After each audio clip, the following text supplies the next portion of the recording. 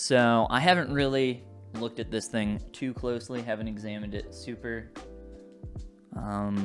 closely, so we'll have to figure out what we're gonna do here. Normally when I start sculpting, I kind of just I'll do like a quick for sketch stuff like this, I'll do like a once over, just like see if there's anything weird that wouldn't translate to 3D, but then I just immediately kind of start sculpting. So I'm just gonna do this little creature's head because I think that's all I'll have time for today. Hello, hello. How's it going? Arthritic? Something like that. All right, cool creature. Kind of like a lizard bird hybrid. So I'm just using Dynamesh right now, keeping the res super low. No fancy tools, just a standard brush, move brush, kind of go from there. Take this a little slow at first, and then we'll start developing the forms as we go.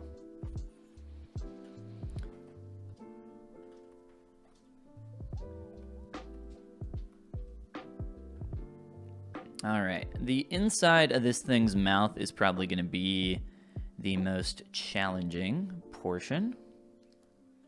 So we'll have to see where that takes us. All right, let's grab all these pieces. So when I am doing the initial blockout for something, I like to keep everything pretty low res here with Dynamesh. Kind of depends on the shape. But if it's like hyper specific, better to keep it low res. Work on that primary form first, focus on silhouette. Get that big stuff. So stuff like this beak you could do as a separate mesh if you were so inclined. It doesn't have to be. Sometimes it's a little easier. In general, I kind of recommend splitting things out to parts if you're struggling. When in doubt, split it out is my kind of saying there. Yes, I am still on 2022 as well. Got that very last version of the Perpetual. Yeah, there's not really been any sculptural tools released to make it worth the upgrade, right? Not in my opinion, at least. All right. Let's grab some more of these little horn things, these spikes. I'm gonna be honest, I've been using ZBrush since like 4R3, 4R2, somewhere around there. And there's really not been anything added since then that's really made it like super crazy for my workflow, other than probably just general improvements to things like Z-Modeler, or not Z-Modeler, Z-Remesher, and then the addition of the Z-Modeler brush. So other than that, I mean, nothing for me personally really comes to mind. Like, I still use the transpose line. I like the transpose line a lot more than the 3D Gizmo. All right. Keep throwing in some of these.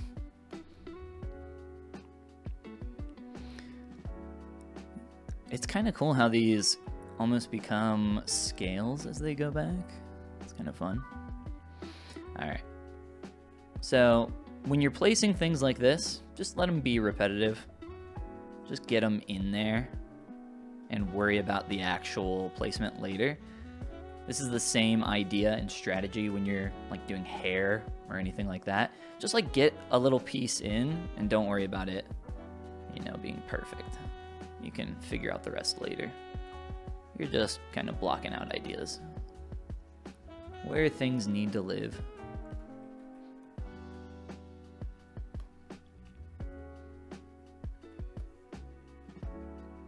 Yeah, we'll take it slow. Take it slow today.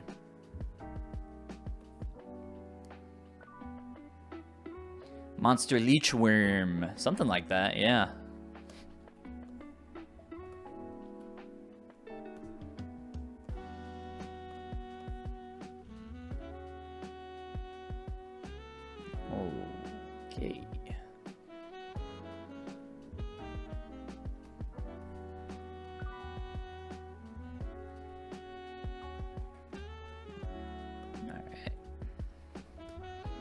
Let's get a couple more of these around the jaw. And I don't want to do too many, because I think that I need to work on that neck a little more proportionally before I start getting that to be too inaccurate. So let's do this real quick.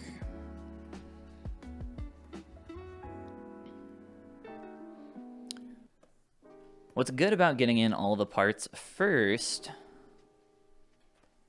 is that it really helps you figure out these early proportions.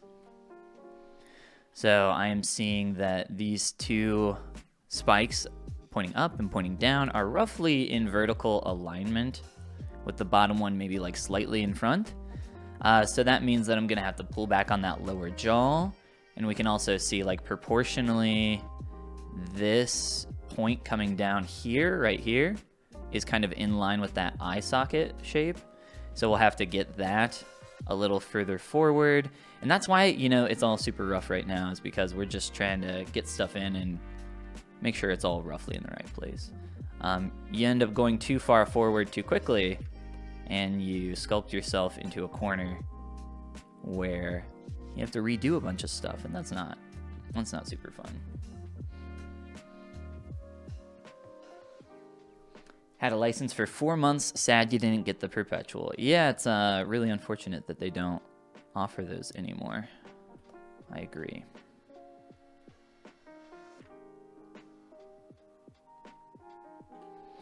Yeah, I used Nomad when it first came out. I know it's a lot further along since then. And then I've also used the ZBrush for iPad. The free version alone is like literally almost everything you would need for ZBrush. It's like missing very few things.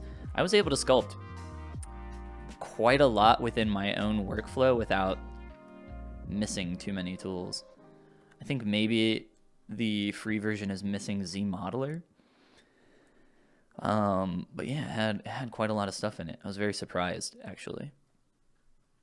Okay, I think this thing's like quite a bit more narrow. It's kind of like snake-like. Although snakes can have wide heads. All right, so let's throw in some more geo here. This area is what I want to kind of think about for a second. Come back. And this shape's really cool. Kind of flowing up that way. The jaw almost feels detached to a point where I would probably consider making that a separate mesh. I'll do a separate mesh for the inside of the mouth so we can get that like stretched, like this inner cheek piece there. That's pretty cool.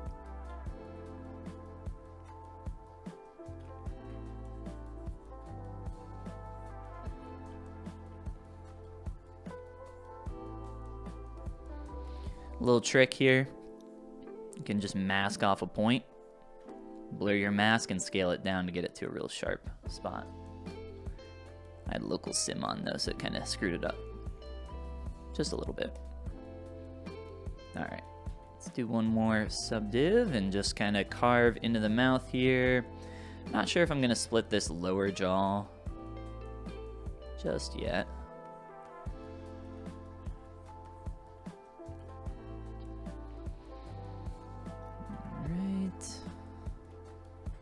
And then the other thing here, I mentioned beak.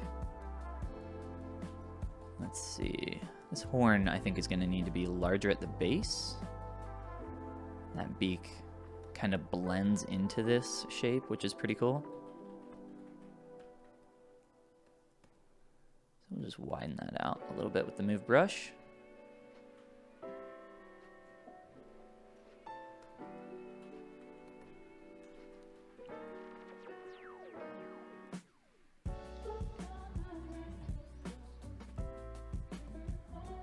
And let's drop a couple more pieces in here. We'll get the eye, we'll get some of the mouth.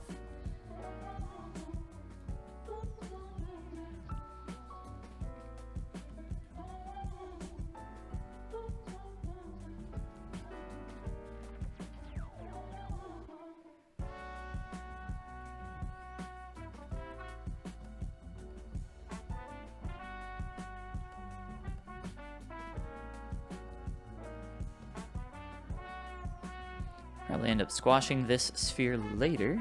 Get that to feel a little better.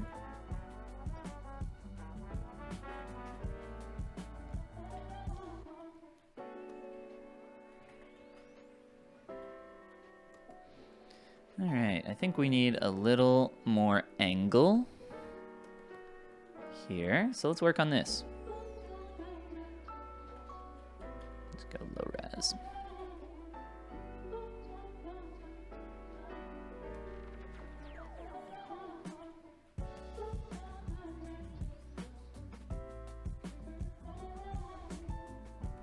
Yeah, this thing's open real wide. That's gonna be cool.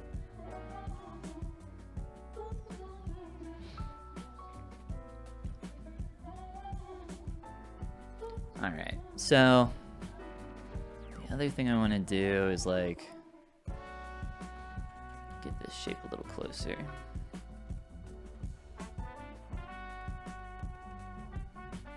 Yeah, there we go. Something like that.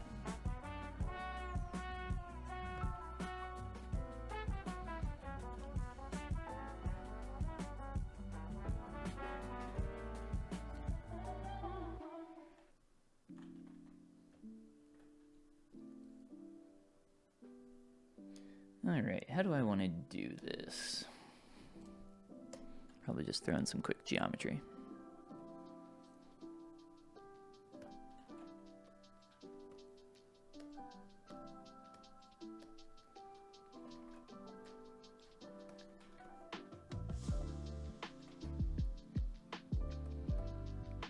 We can paint the inside of the mouth for most of this,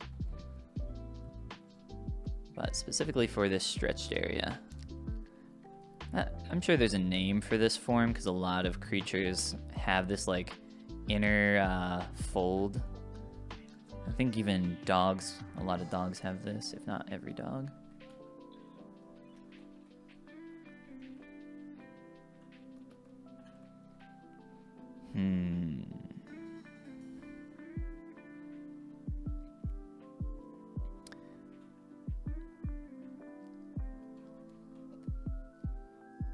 Yeah, okay. So I'm trying to think how much I want to split here. I'm not going to worry about it too much, because it's really easy for us to combine stuff back up later. I just don't want to have a ton of subtools to deal with. All right, let's just keep it rough for now.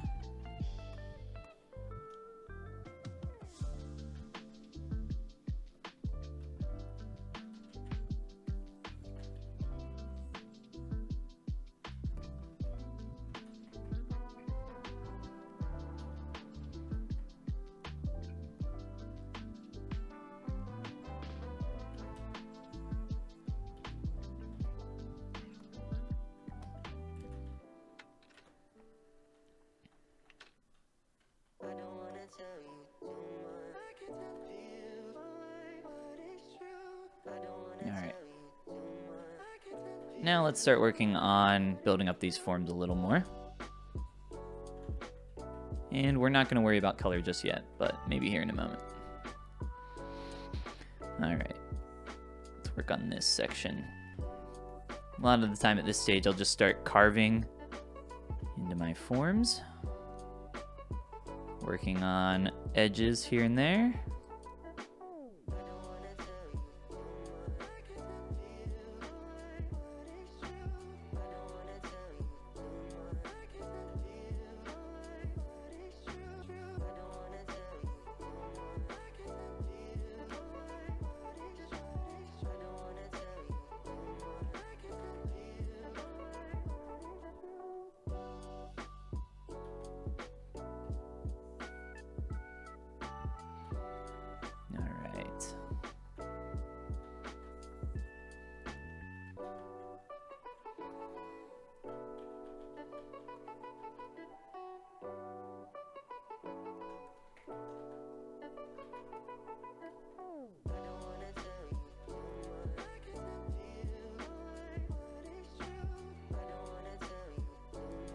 Something like that.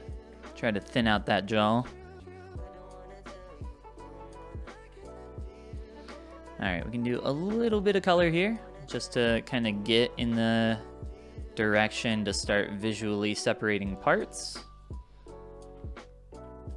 For this, just kind of throw in some rough paint here and there. Don't worry about it too much. I mean, this is kind of how I paint in 2D as well, just like really rough at first. It's like sculpting, you know? Do it in passes.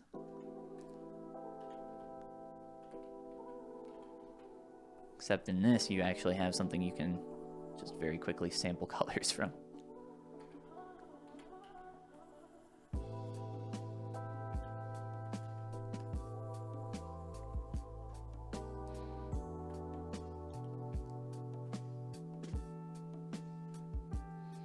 Yes, the link for the reference here is down in the description.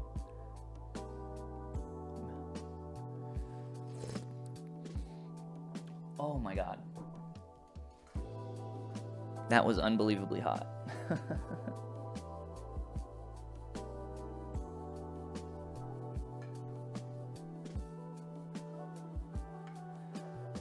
Take the lid off of that. You can probably see all that steam. Let that cool off. I made that tea like 30 minutes ago. And I put it in a thermos and put the lid on with the mouth hole open. And I was like, oh yeah, that'll cool off. It did not. I mean, shout out to Yeti thermoses for keeping things unbelievably hot, I guess.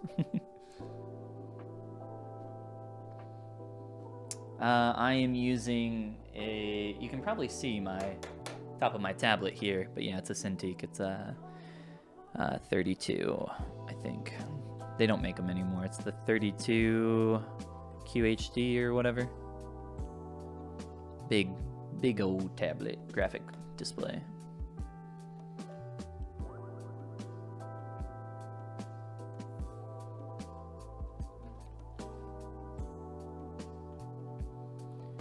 Hello, welcome. Glad to have you here. Sorry.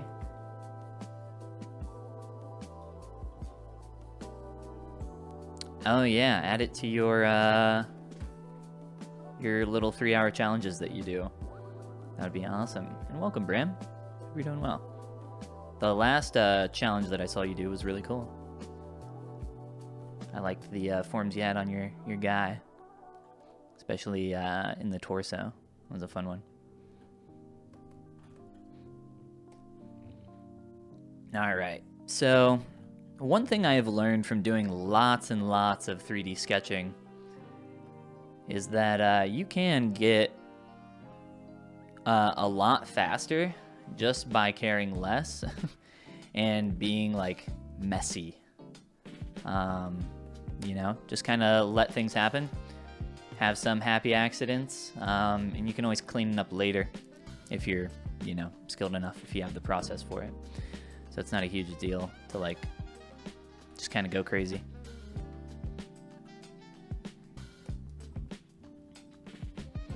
But yeah, we'll see how long this takes, how long I spend on this. I have like, what time? 10, 11, till like 1:30ish my time, so quite a while. We'll see. We might end up doing something else. Maybe doing like some Q&A type stuff at the end. It's a little hard. A little hard for me to do like a bunch of questions right now while I'm sculpting, but if it's related, I can, for sure.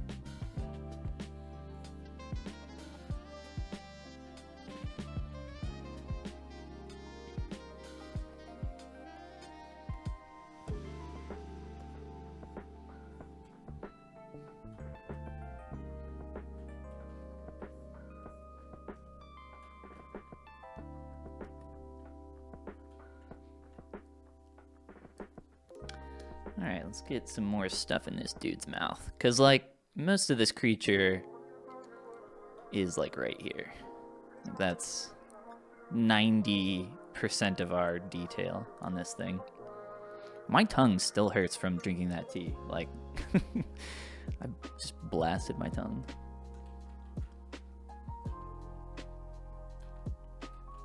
Alright, just gonna use... Never mind. Just gonna throw in a curve. But, I'll just do this. Just throw it right on there.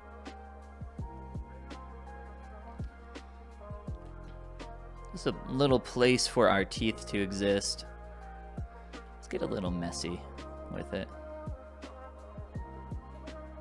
I mentioned that, so. Do that. Let's get a little more stuff going on up here, too.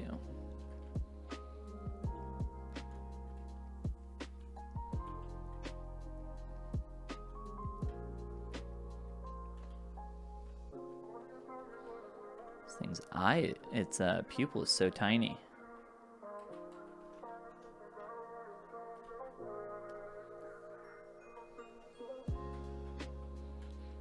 Something like that.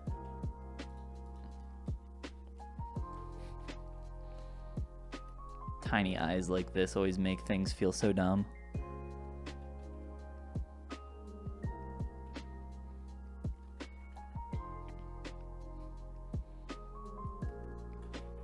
Feeling more like a chicken now.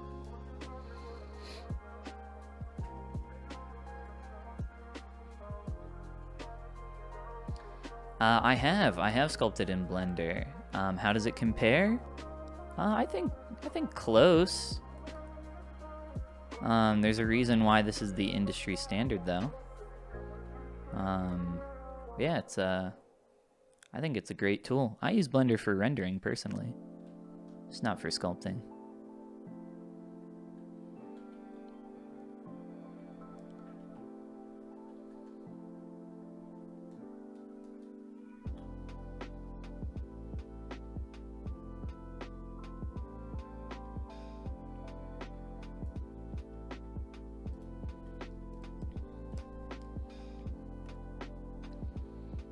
I think a lot of people are holding out hope for someone else to come take the mantle of sculpting tools.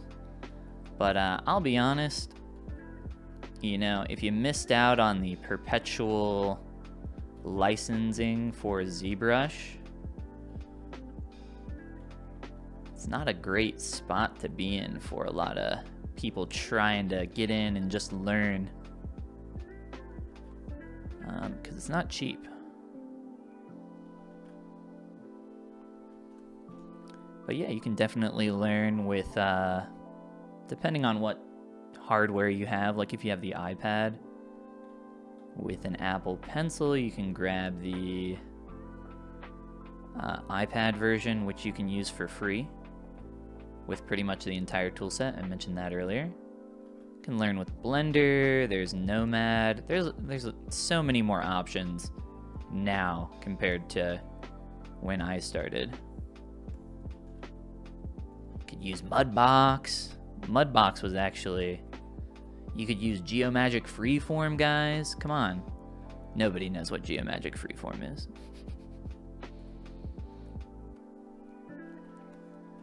Don't you guys want to pay $30,000? Yeah, you think ZBrush is expensive? Don't you want to pay 15 to 30K for your license? Get your little mechanical arm thing. Freeform was the standard in Japan for a long time. I think most of them have moved over to ZBrush now, but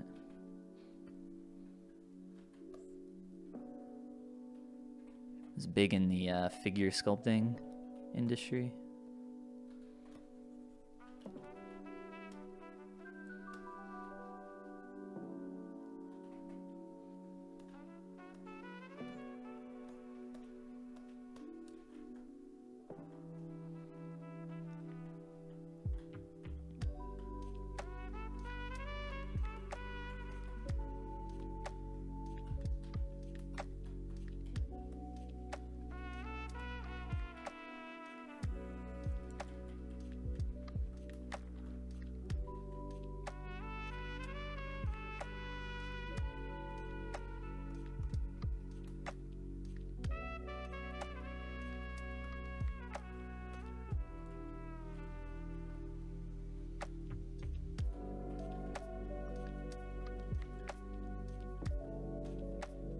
gonna need that to be quite a bit more thin, and there's like the shape isn't quite correct, but that's okay.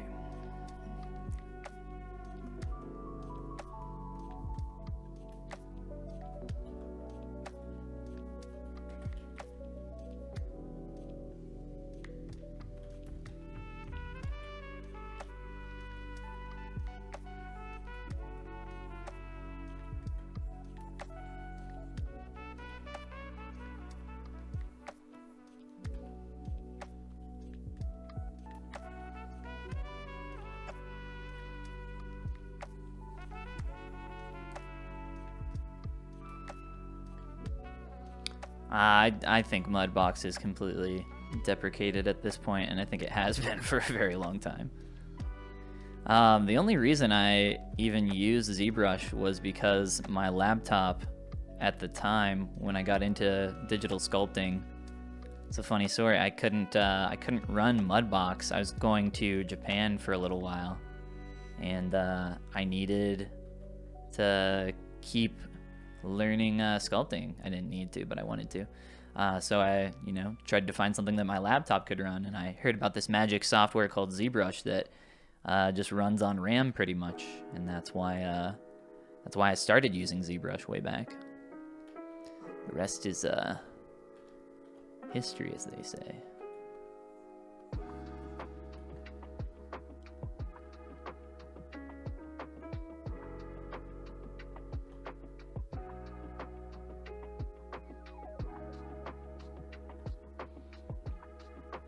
Yeah, Linux is tough. Not a ton of options for a lot of software. Although it's a lot better now than it used to be. Let's do a...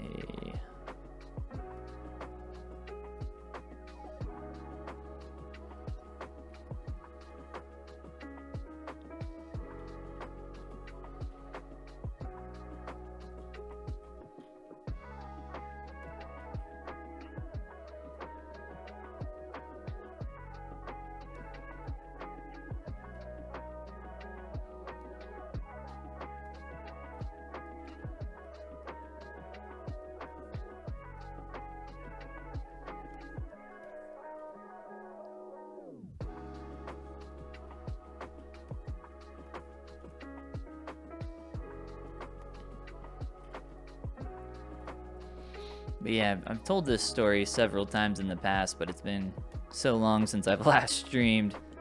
But yeah, I went to Japan for a study abroad when I was in college, and I was studying Japanese at the time, and I was also learning sculpting, digital sculpting, as like a...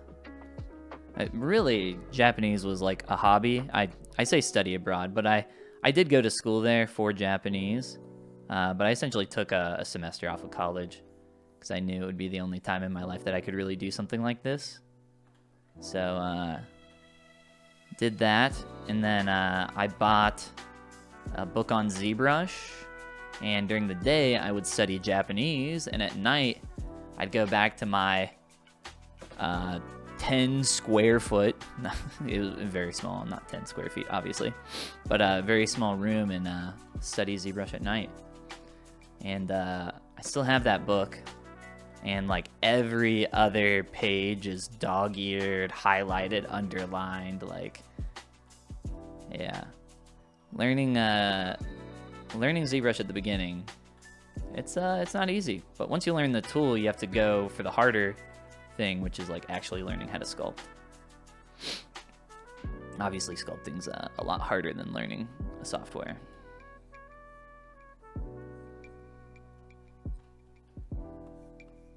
I say obviously, but maybe that's not obvious, because I think a lot of people get in and think, oh, I just gotta learn this tool. It's a lot more than that, though, right?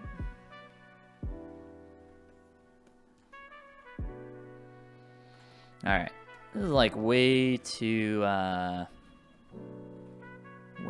even.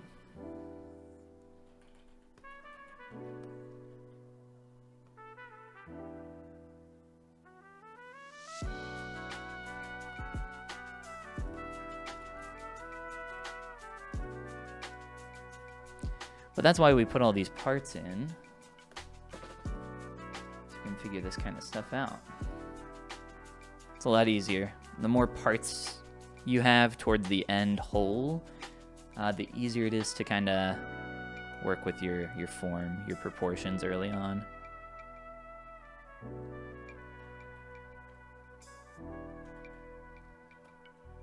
All right, there we go. Break that up a bit.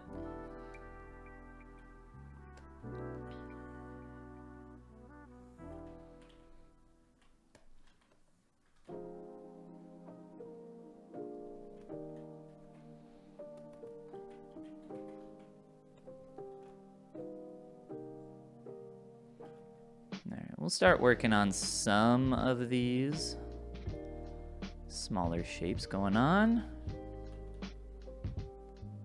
Some cool stuff.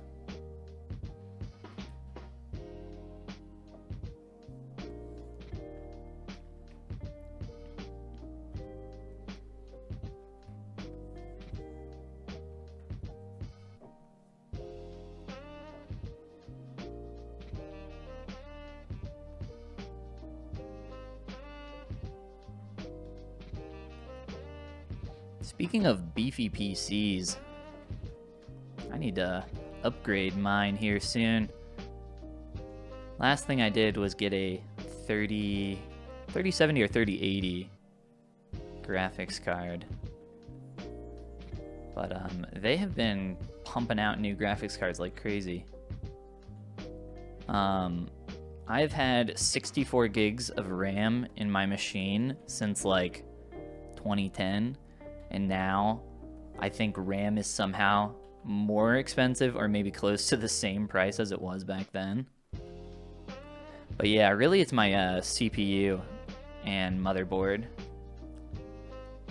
All right, those are the tough ones to upgrade because you just have to redo everything.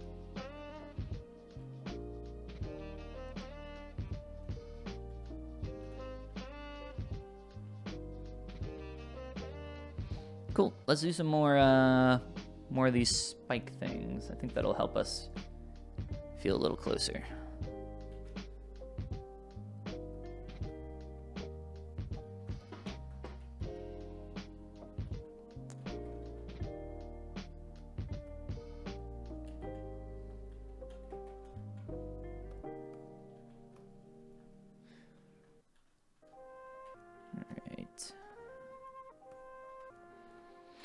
So if you have never sculpted from just a profile, which this is like slightly 3/4, it's like a little bit, it's mostly profile. Profile is definitely the hardest to work from in terms of reference if you're just working from a profile. If you're trying to work from like a human reference of a profile only shot, that is like by far the hardest. You would better have sculpted like a lot of humans to be able to do something like that. Because if you haven't, things end up getting pretty funky pretty fast.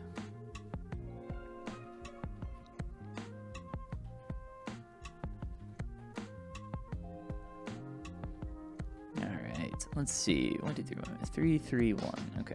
3.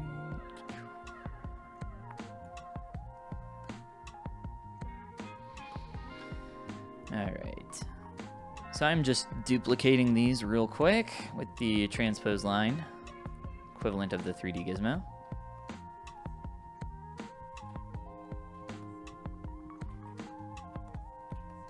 Get those in place, and we'll come back and refine those more later. Ooh, those got stretched out quite a bit.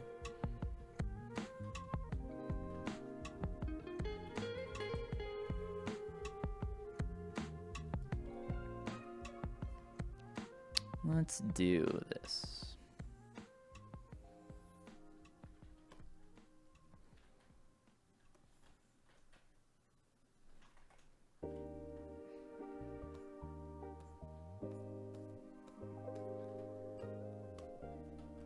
Be real careful with that smooth brush at this res.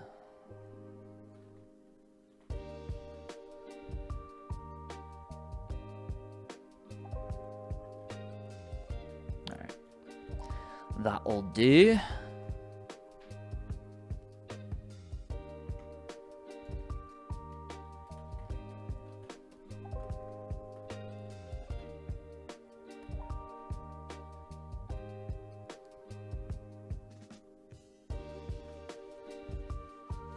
So I'm using mask by groups with my backface masking on to just be able to grab each one of these individually.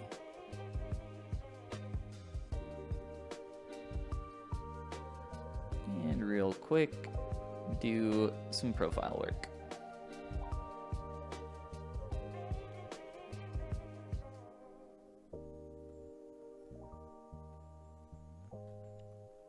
Okay. That works for now. And then we got a bunch of these going on here. So I probably won't think about these too hard and just go in here with a curved tube.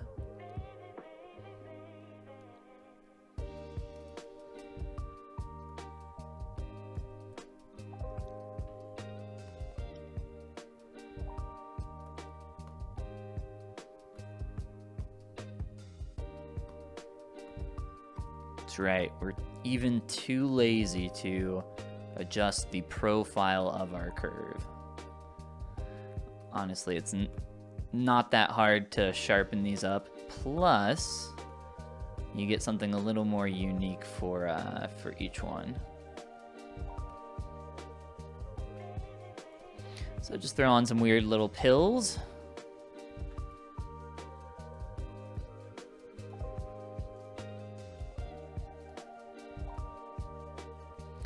You might be noticing when I'm creating new subtools like that, I'm duplicating them and deleting the original. And that is to preserve my undo history to make it a little more clean for a time lapse later on.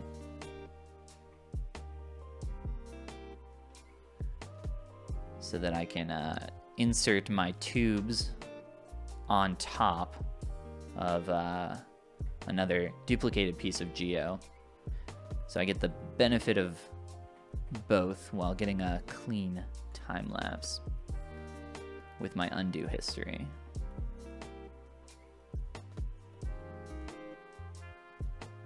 Gotta think about the content, guys.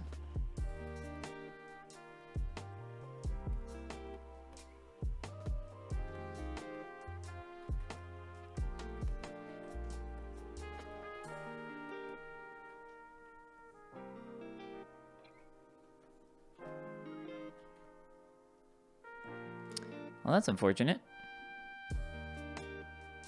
And strange.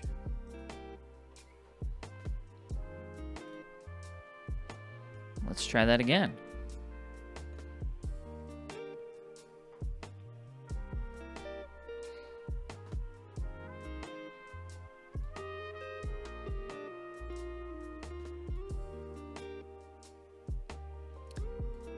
I have not had an irrecoverable crash error like that in a very, very long time. So you guys are lucky.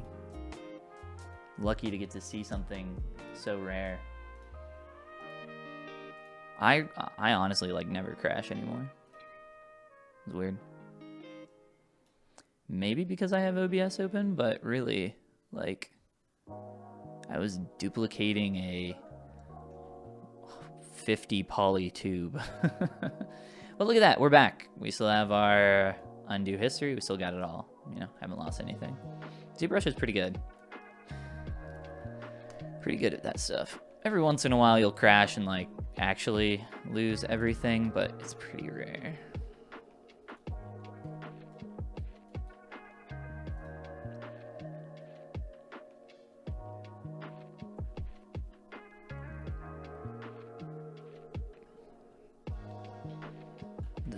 The spoopy surprise crash is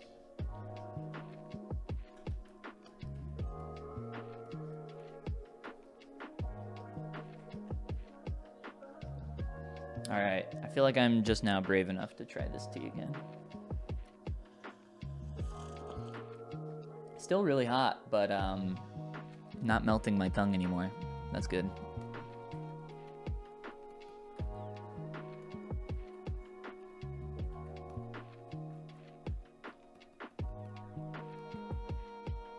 So for those wondering kind of the technique I'm using here, I'm just switching to my 3D gizmo, control tapping to do a quick mask.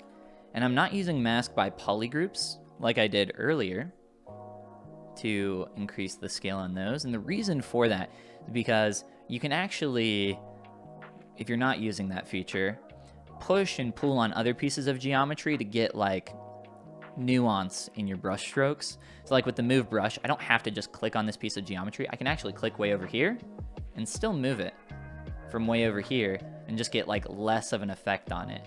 So I can take my smooth brush and I can smooth way over here and just get like that, just the tip of the geometry to smooth out to get that sharper point. So and that's why I'm not using any like auto masking features and just like doing a quick controlled tap here with the transpose line to mask that off. We got 2 there, we got 2 more here. Get these in place real quick. Well, quite a few of these.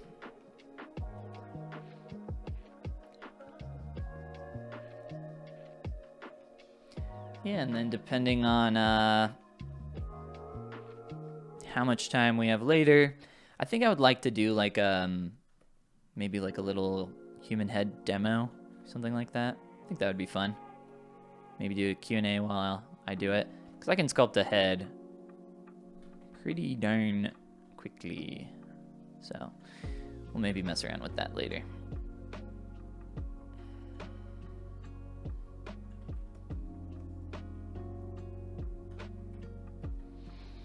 And we'll break up doing asym much later. We're not super worried about that right now.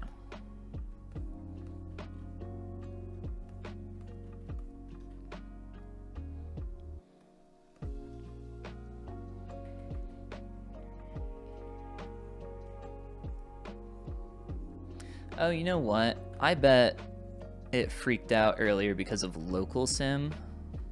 Local sim can be a bit weird sometimes.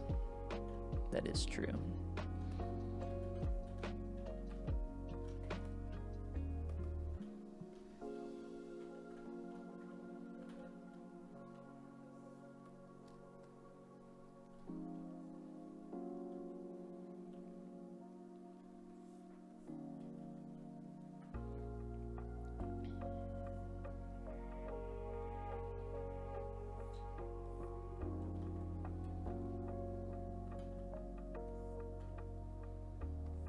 Alright, we'll get some of the smaller pieces in there later.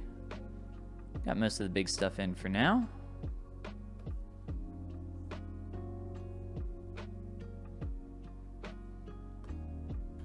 But yeah, do it all from scratch.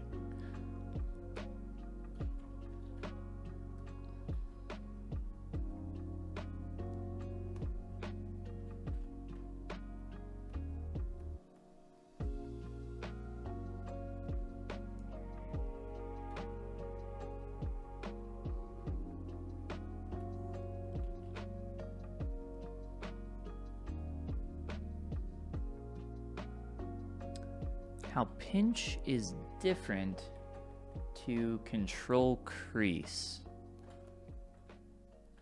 I actually don't know what control crease is. But I don't use crease brushes. I don't even think I've ever used a crease brush. I don't know, is there a default crease?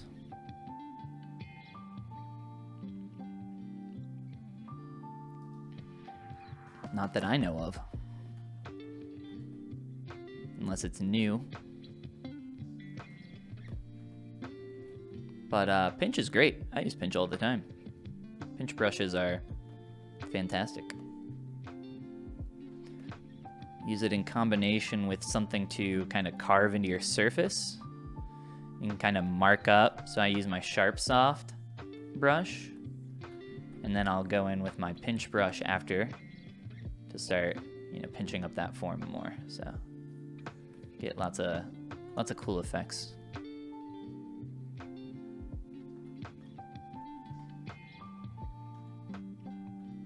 All right, let's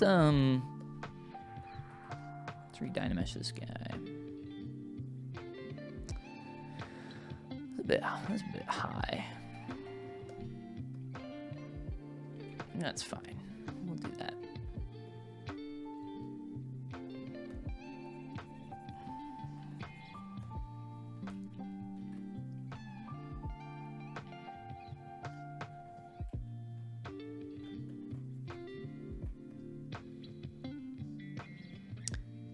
Oh, this is a brush in Nomad. Yeah, I haven't used Nomad in a while, so oh, you know, actually, I think I vaguely remember that, and I'm pretty sure it's just a pinch brush. I'm pretty sure they're like identical. The guy who made Nomad very clearly was a ZBrush sculptor, because the tools are so unbelievably similar in feel to ZBrush, specifically in like the UI setup, but also like the brush feel is pretty darn similar. Yeah, there's someone who clearly had some experience with ZBrush.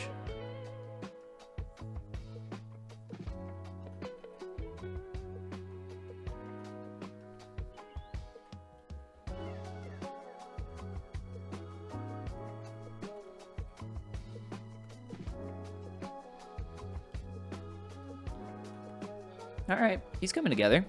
Kind of getting cool. We still have quite a bit of time here. Oh, the control. I see. You're just talking about like alternate brush strokes, maybe? So like a pinch brush versus an alternative pinch. Maybe it's different on Nomad, but yeah, I don't know. It's at least in ZBrush, it's always the alternative brush stroke, but it's the Alt key, not Control.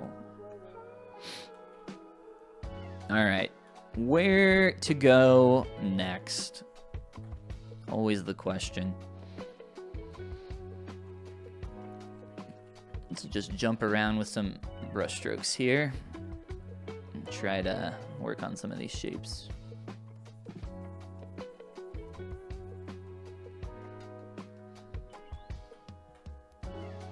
So yeah, at this stage, I find myself more and more just kind of using my clay brush plus my sharp soft, kind of carving into my forms and working that way. And really, I don't need much else.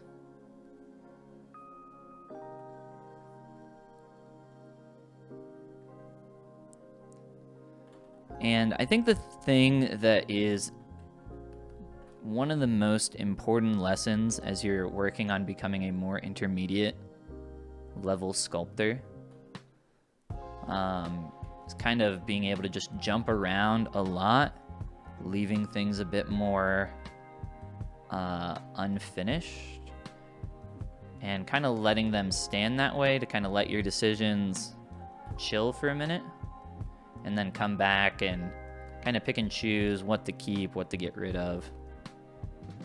It's I see so many people kind of like work on one area so long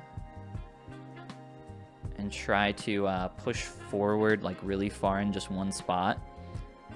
And it's just like, oh, well, let's not forget the whole.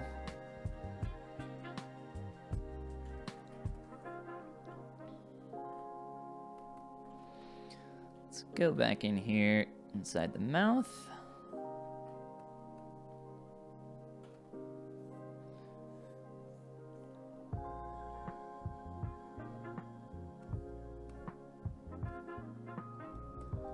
Maybe try something a little stronger.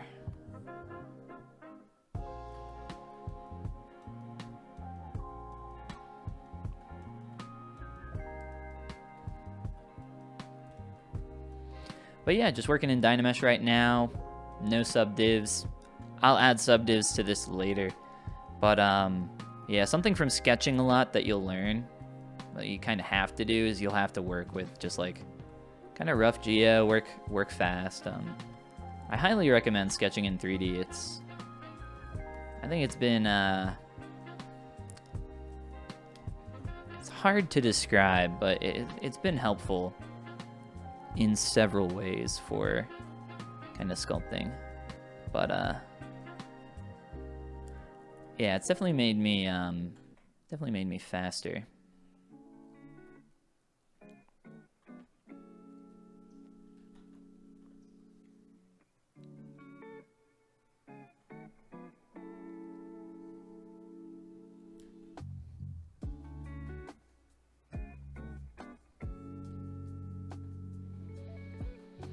All right. Don't really like that shape very much. So let's work on that.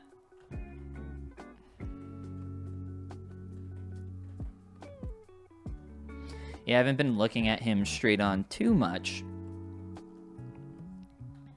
because it's not really the hero angle, but we do need to get in here a little bit. And honestly, keeping this like a little more nasty for the inside of the mouth is totally cool, because it makes sense, right?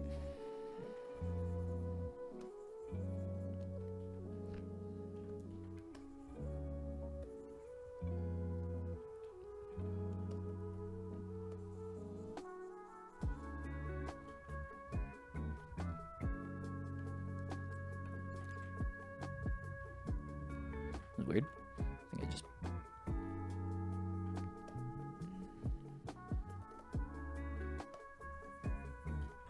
Alright, and we're just gonna hide that mouth cavity.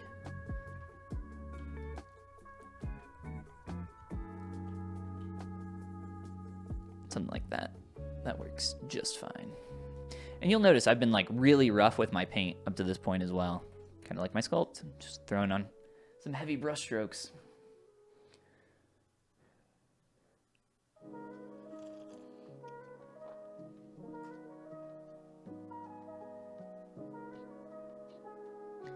A tutorial for a character like Stitch. I assume you mean the little blue alien from Lilo and Stitch. Oh, like the live action one? Is that what you mean?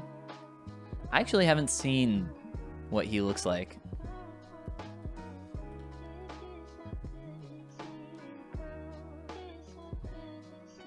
But I'm pretty sure most people didn't really love that that movie, right? Heard it was a stinker. Is that not the case?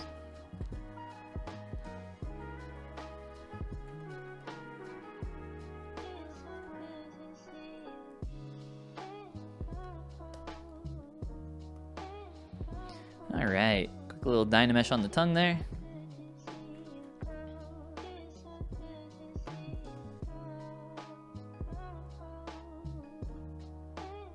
Probably need to go a little more narrow towards the base, but let's start off with that. Grab a little pinch, my custom pinch brush here.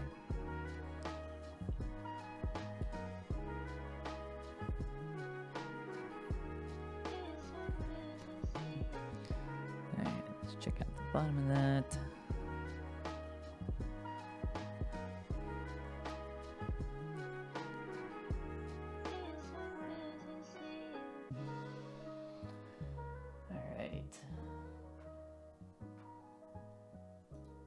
Oh, wow. Apparently we have 47 people in here. Well, welcome, everybody. Whoever's not chatting, glad to have you. Welcome, welcome. Been a long time since I streamed. I think it's been... I don't know. Over a year for sure.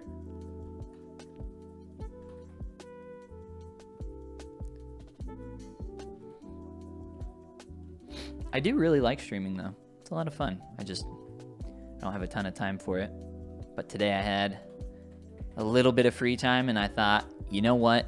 It has been far too long since the last stream.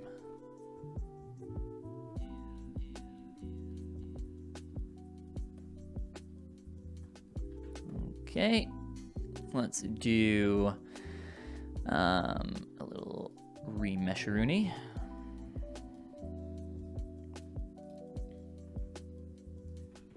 You know, there's a little trick with Z-Remesher, is that it's actually a lot faster to remesh at like 1K and then at 0.1 to the lowest value, rather than directly going super low, because ZBrush has some trouble going from something really high to really low.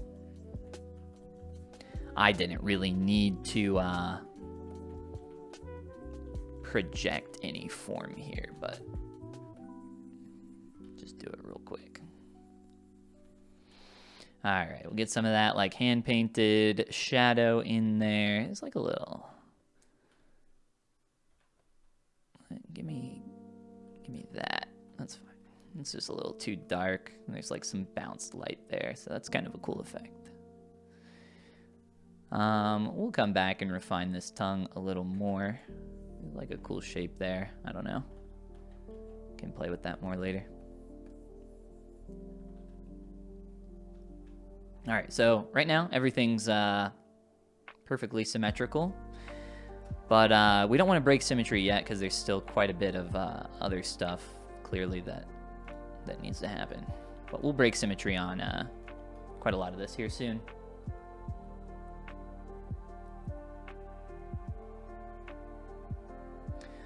I do remember your stitch, Bram. That was a really good one. That was a great one, actually.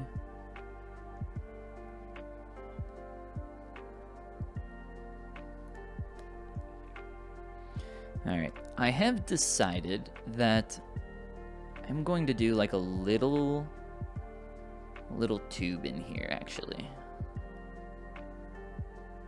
So I think it's going to be too hard to do this all as one piece.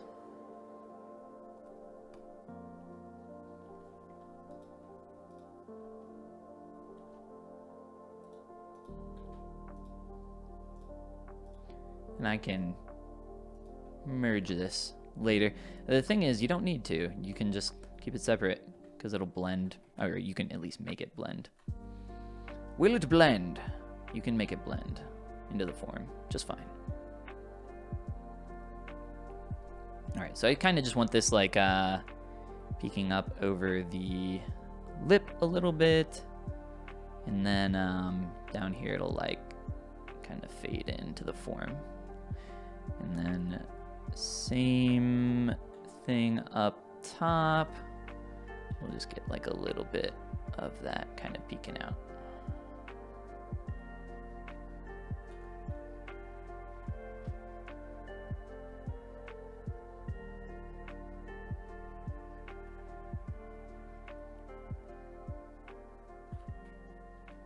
Just in a couple spots.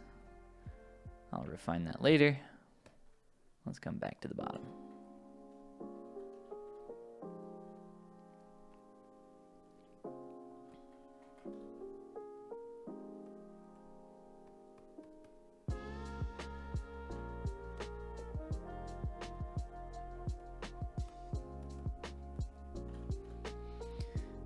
Okay. I'm gonna do a remesh on this body because I want to adjust some proportions, and it's really hard to do that with a high Dynamesh. So yeah, I'll do a quick remesh on this, and then we'll go from there. So I'm gonna hit it with a 5 first, and then probably go down to like 1, because it's at the end of the day, this thing's just like a tube, so it should be able to go pretty low.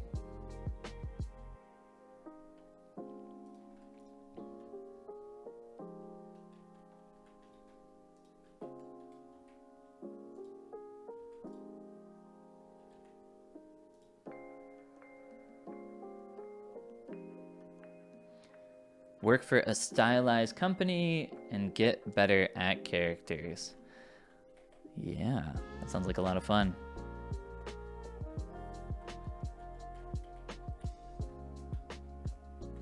Yeah, I will say working in studios,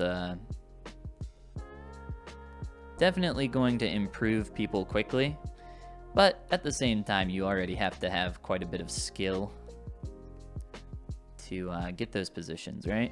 Because they want, I mean, they're making a product.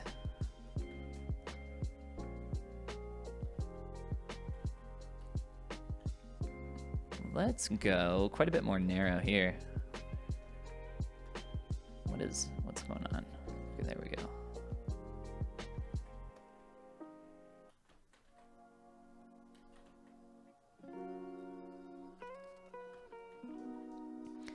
Yeah, there's like, you know, on one side, I agree with a lot of people, you know, I remember what it's like being in that situation of, oh, I need experience to get job, but I need job to get experience. And I don't really agree with that, I will say, because you can get experience at home, obviously, improving your skills, but you can also get professional experience based on your current skill level, based on the market. So you can just hop on Freelancer, Fiverr, whatever like the current hot thing is, and do work for cheap and get professional experience that you can add to a resume. Are you going to make a ton of money from it? Probably not, but the work that you create is going to reflect your current level of skill. And I think a lot of people really overestimate their abilities compared to the professional working industry and want this situation where they can just get a job that they don't necessarily deserve for their skill level and, you know, be working with these people that are of this professional level, of this like extremely high skill level. And those jobs are unbelievably competitive. Super, super hard to get. It's a very competitive industry. Not an easy one to break into. Can confirm. But obviously not everybody thinks that. I've just been doing this a long time and I've seen a lot of things, guys. Seen some crazy people out there. Why can't I get a job? Well, you shouldn't be applying for jobs. You just started, man. You just started. What do you do? Yeah, a lot of the time it is kind of a waste to be applying for jobs when you are like not of that skill level, you know? Bit of a reality check for some people. Not trying to be mean, obviously, but I think we've all seen that kind of stuff though.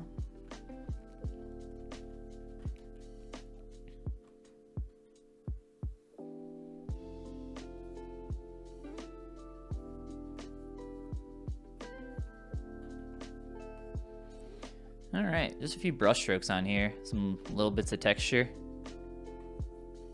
Being careful not to do a lot with that, because I'm gonna come back and work on that a lot more.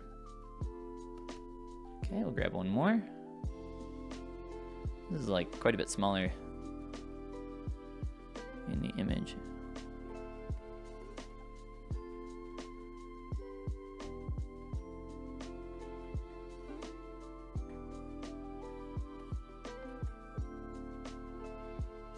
Yeah, so I'm just using a trim brush, throwing some facets on there, like a clay brush stroke, just mess it up, sharpen it, refine the form, get like the hint of this like ridge right there kind of going through it.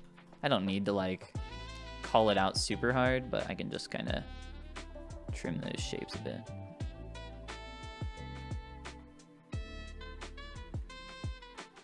Yeah, something like that. All right. Yeah, let's work on the rest of these because I have neglected them for quite a while. All right.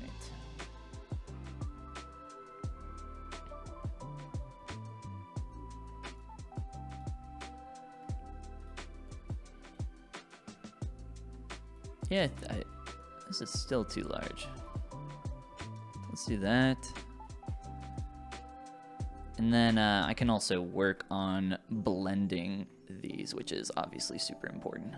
When you are using separate subtools, separate pieces of geometry, the places where those pieces interact together is incredibly important, because that is where the believability falls apart potentially. The place where it will fall flat the most. So things like these teeth, they just feel like they're floating there right now. But if I create some cavities and form grabbing onto that, it's gonna feel a lot more believable. Right now this eye, it feels like a little bit like it's in place, but it feels like it's floating for the most part because it doesn't have the flesh looking like it's grabbing onto it. So we have to create these believable illusions, which we'll do here shortly. But first, we want to get these spikes a little up to snuff because they're falling behind.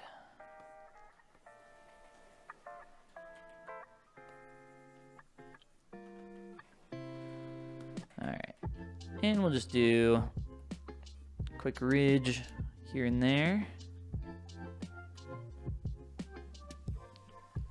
And I really want to avoid these feeling so repetitive like they are right now, so.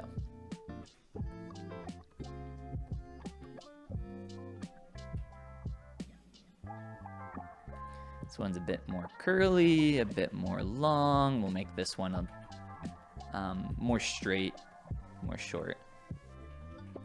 And then the last one has got like a really kind of interesting taper thing going on to it.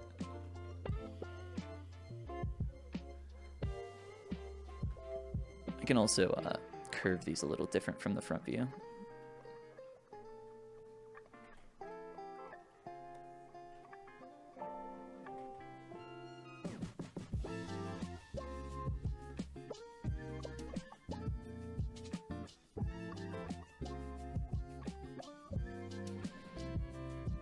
This is some funky music, guys.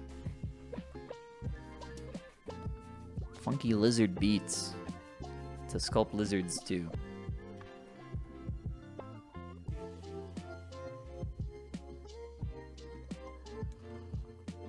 Hello.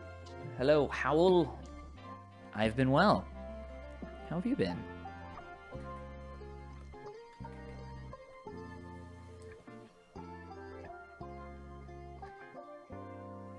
Kumar, welcome, and Flix, welcome as well. Hey guys. How the heck are ya?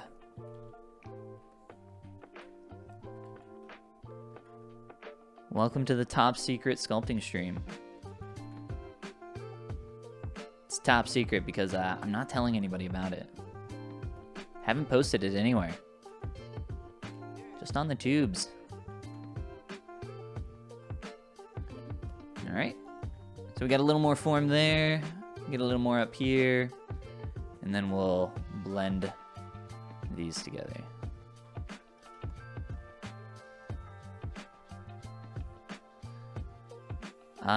Depending on if I need, I'll show you guys another technique here with tubes like this.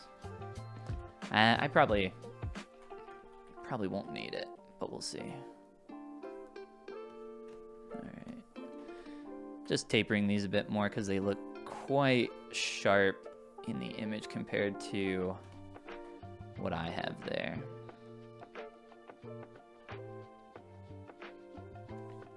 All right, I want quite a bit more curve. Let's Let's make that more visually interesting from the front. And this is what's so easy to forget about, right? You're working from one angle the whole time, and you rotate, and you're like, whoa, what the heck? In this case, it's a creature. It's a lot more subtle than like a human face or something, but same idea applies.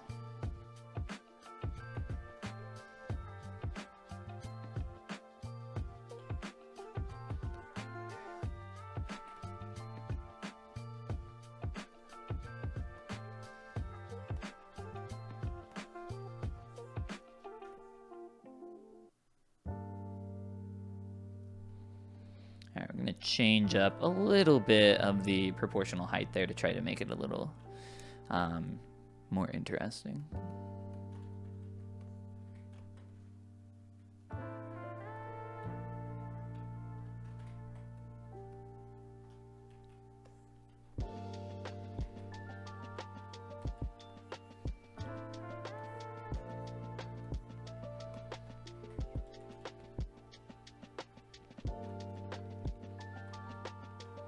Zoom out every once in a while.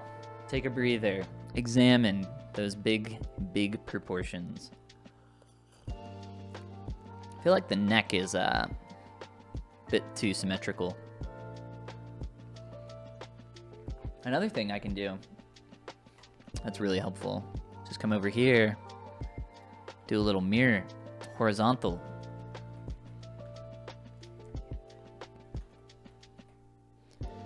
I'm not going to, well, I'm not going to say that I'm not going to do the body for this creature. It does have a body. I can show you guys real quick the whole thing. So I'm not going to have enough time to do this whole thing today. So we're just kind of playing around with the head sculpt right now. But maybe later. Maybe some other time. No promises. But we'll see.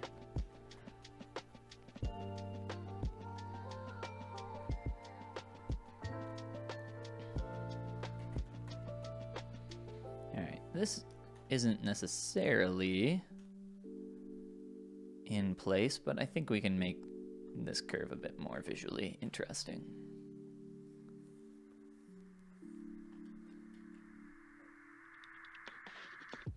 So we got a curvy side with a bit more of like a pinched side up top, which you can kind of see there a little bit, but I'm exaggerating it a lot.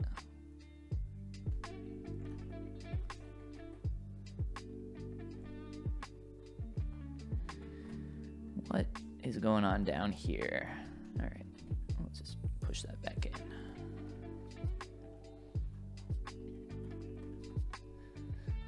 Okay, eyeball, eye cavity. The eye cavity is pretty deep. How? So he's like a predator, probably. So we'll give him like a little bit of vision from the front. I'm not going to completely push that. Let's do this. Let's make this less deep.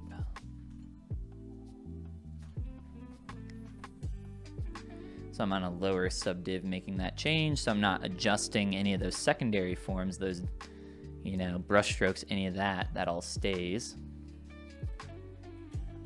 But the big form does change. Okay. And then let me grab that. So I'm not going to hand paint like a ton of shadows, but just like a little bit of variety here and there, I think helps quite a lot. All right, eyeball, feeling a lot better. I'm thinking we'll get a little second piece of geo in there. Something to grab onto the eye. Like a cylindrical eyelid. I'm just trying to decide if I want to make the eyeball more inset. So let's inset that.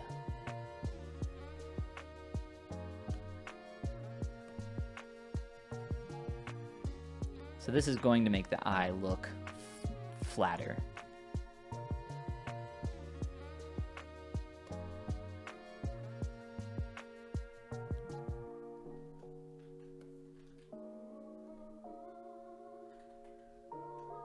Okay. I am happy with that.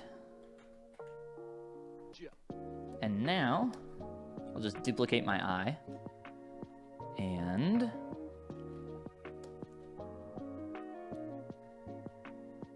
somewhere about right there. I don't need it to be perfect.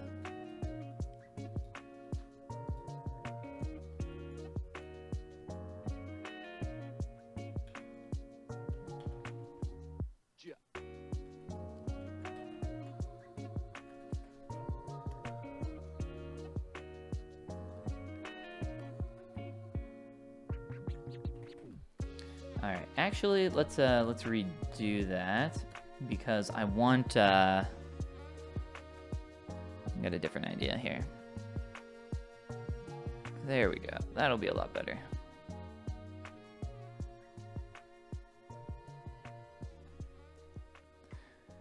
So I'm duplicating my eye, and then I'm going to repurpose this geometry right here.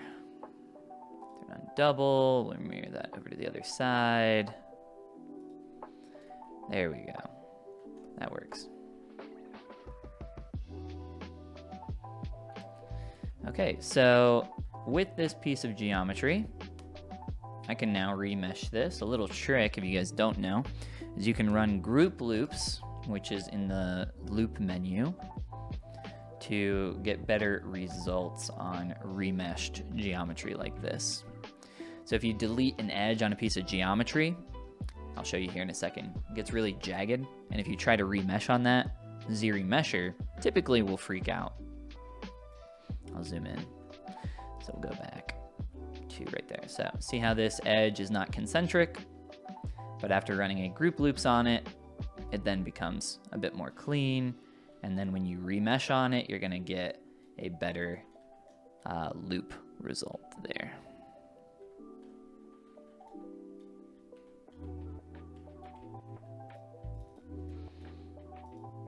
All right. Keep messing with that, but that's starting to work out pretty well. I'm happy with that. So this is how you get things to feel like they're interacting in a more believable sense. You try to get these layers of form.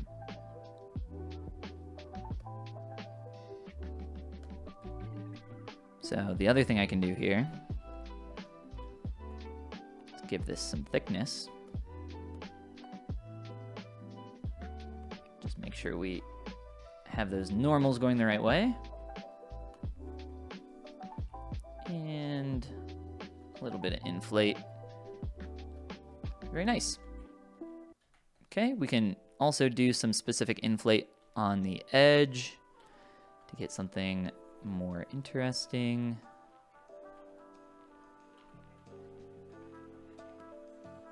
Get a better color that matches that. And I'm still being really rough with all my paint up to this point. I've not done all that much with it. Just like 100% with my standard brush. So really, really rough.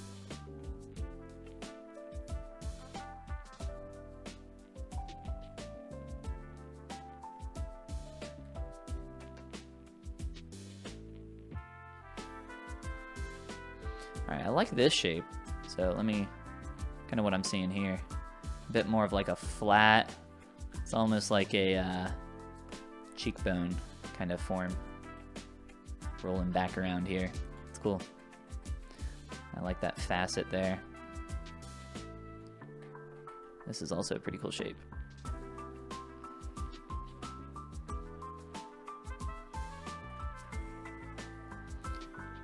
A lot of the time you're gonna have like subtle lines, hints of stuff in a reference image, and it is up to you to interpret a lot of that information. So there's room for interpretation for sure. There's making stuff wrong, which is just kind of like ignoring information, or deliberately or indeliberately making something incorrect.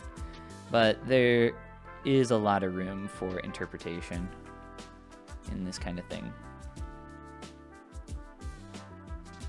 So like proportions, right? Proportions have to be correct if you're trying to match something one-to-one.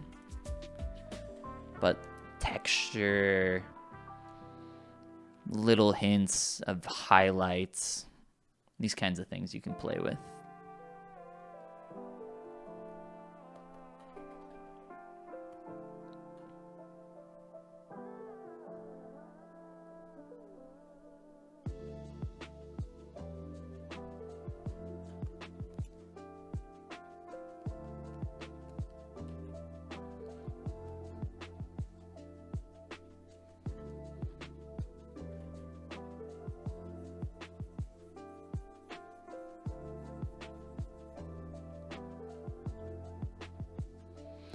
Yeah, mounted on my wall. That'd be pretty cool.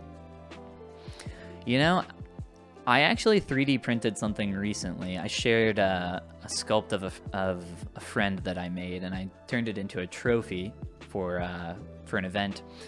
And I 3D printed it in my FDM, in my resin printer without any supports, and I was unbelievably surprised how well it turned out. It's like a traditional bust sculpture of a head, and with 0 supports, it like came out near perfect.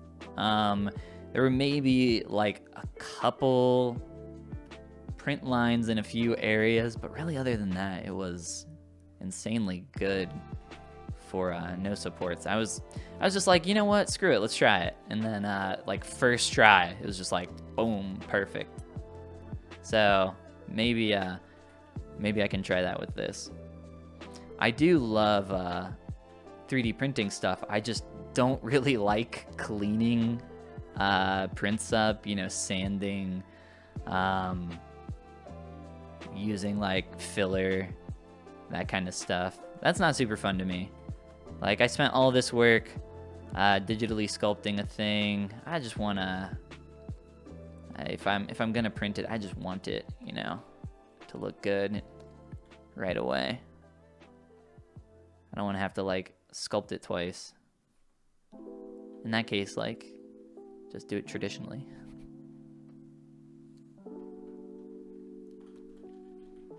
I keep making this jaw thinner and thinner, but like, I think it needs to be.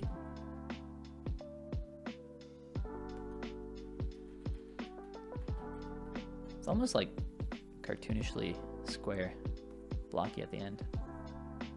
Like this shape. It's kind of like a perfect rectangle.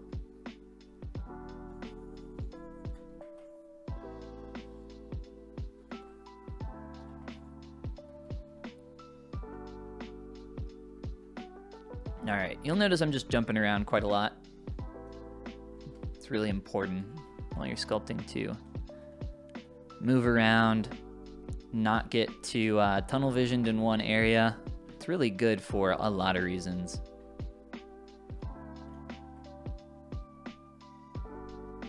Keep everything about the same level of finish, but also it's really easy to kind of like work in the same area for a really long time without making any progress.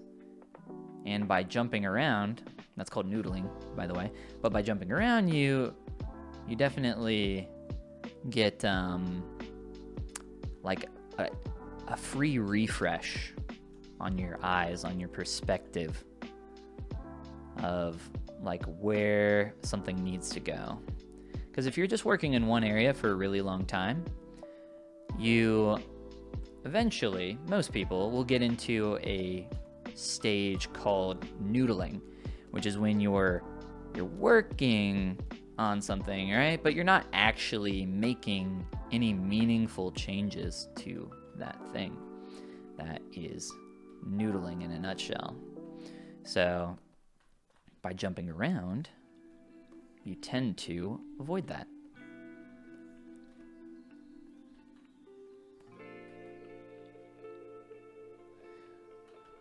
these teeth are quite thick in my sculpt compared to what I'm seeing over there. So let's try adjusting these. Let's see. So,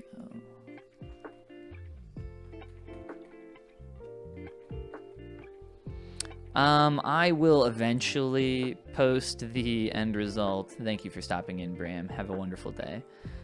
It will not be top secret. I just don't know when I'll post it. It might be a couple weeks from now. So we'll see.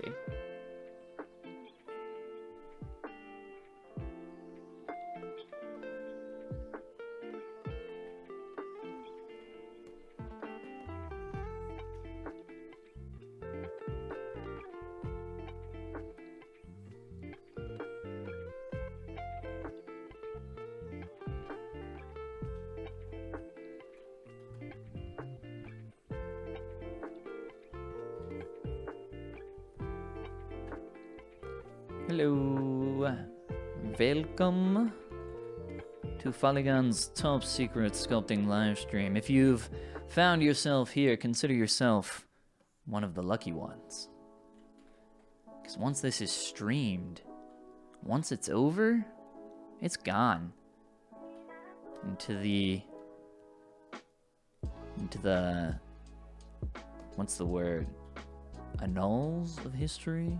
Is that how you say that? It'll be gone forever. You know what I'm trying to say. Well, that's why it's top secret.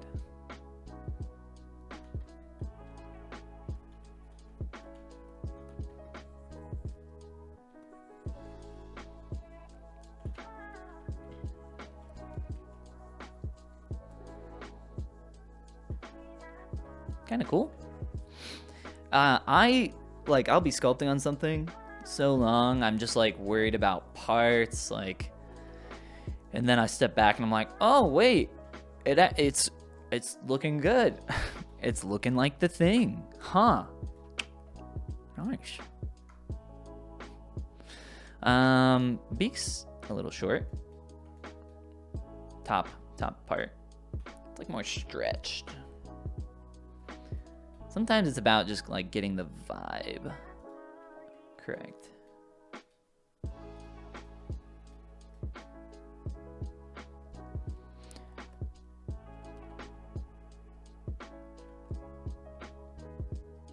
No way that's green. My brain. I'm just like sampling this color of the tooth over here, and it's this greenish tone. Crazy how colors work, guys. That totally looks like an orangish, creamish color to me. All right. Sometimes you need to force it.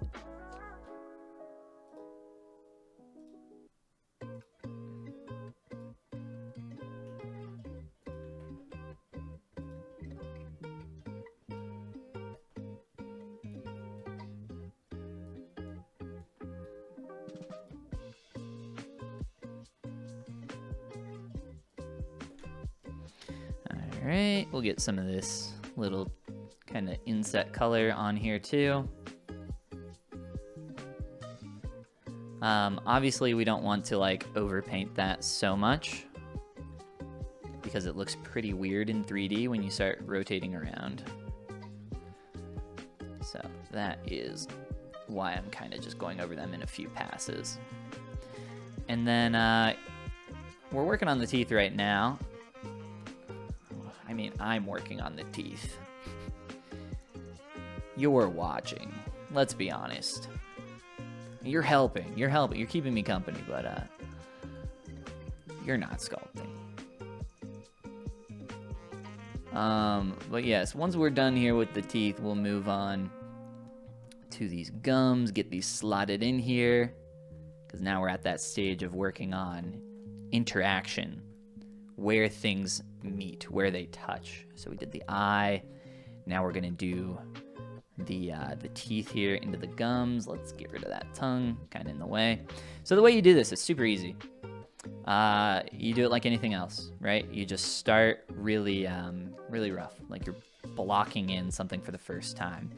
And that is like the biggest thing I see beginners really struggle to figure out is like, hey, I'm at this stage. How do I move forward? Well, it's like, oh, you just do the same thing that you did earlier during the blockout phase, but you're just doing it on top of other things. So all secondary form is, all tertiary form, all details are, it's just basic primary forms stacked on top of one another. So you've created something more complex with layering of form. And once you realize that there's no such thing as secondary form, as tertiary form, as details, it's all primary form, it's all turtles all the way down, guys. Once you figure that out, you unlock sculpting. You figure it out. You've unlocked sculpting brain. You are now a pro. You know all the secrets.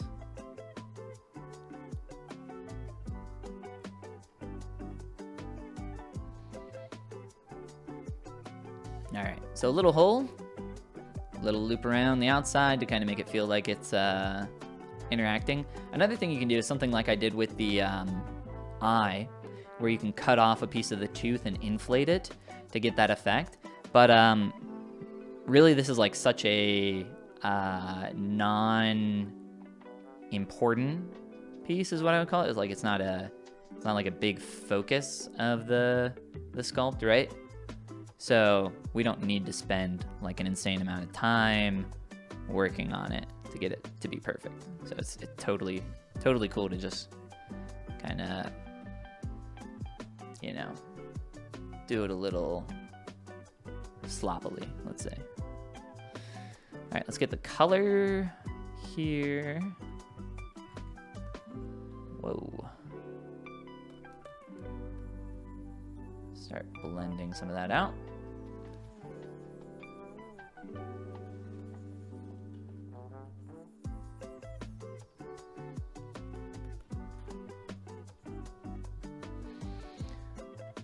And you can see how much more these feel like they're from a really basic addition, how much more of those are starting to blend in.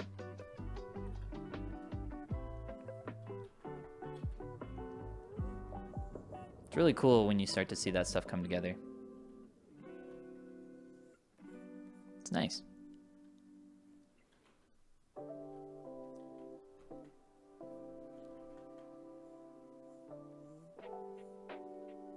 It's kind of cool. I like that color. Just don't want to do too much with these super dark values, because it kind of, yeah, actually that works. Getting like some of this pink bleeding out underneath. Just a hint of it. Yeah. Okay. All right, now let's get this away from like feeling so weirdly tubular. It doesn't feel, when you have something like this, it's really important to try to make it feel more organic. And right now it does not. So let's work on this. And I'll probably keep this as a separate subtool. We could definitely merge this in to the original. And in a lot of ways that would be quite helpful for blending. But we don't have to.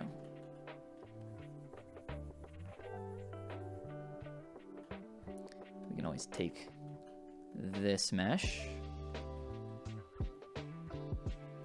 Just get some like fun forms going on through here. A little bit of this. It's kind of cool.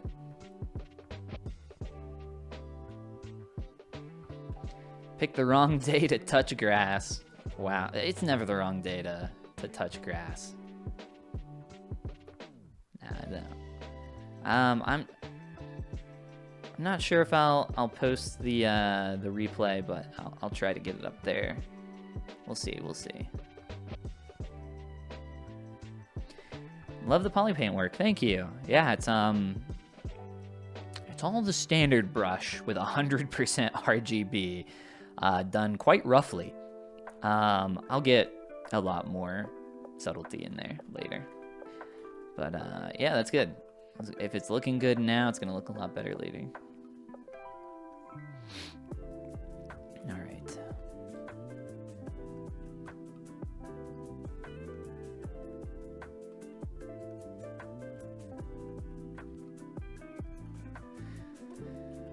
All right. I'm not sure actually.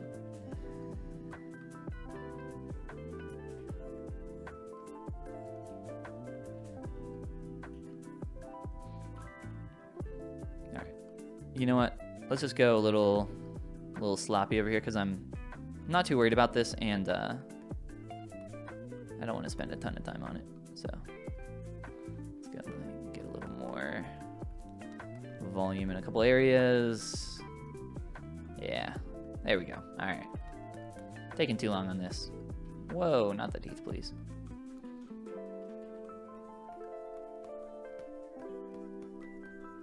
Yeah, there we go. I like that. Get this mouth messed up, man. Some cool shapes.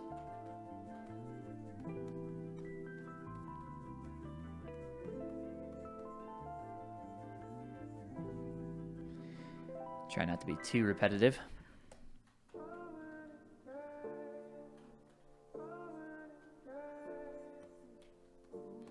The faster you work, I find, at least for myself, you'll end up obviously falling into habits, because that's what when you're in this like automatic mode, you fall back on habits. You fall back on these automated processes. And because of that, a lot of the time you can make stuff that looks really boring, really similar, really repetitive. So you'll obviously get better at that with time, but yeah, if you're gonna do something kind of rough and quick, just take a moment afterwards, step back, take a look at everything, try to make it feel a little more unique, interesting, distinct. They're too uniform here.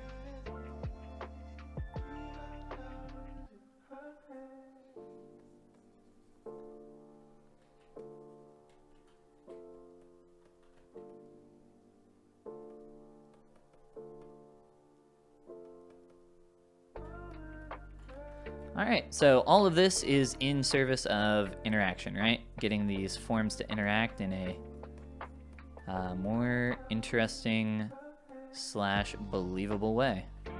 What's going on back here with my paint? A little weird. All right, so we're kind of trying to hide the seam in a bit of short explanation. So you can have these separate subtools, and you can still see it because there's a kind of a hard line there, but we can keep working that up, making it less noticeable, and eventually lose sight of it entirely. Same thing with the eye. We'll go back to that for a moment. Let's get some of this, some of these lighter colors in here. This, I like how this warmth doesn't escape the eye socket, and that really makes the outside feel like a hard shell, and the inside feel like soft and fleshy. That's super cool. That's the vibe I'm getting here, at least.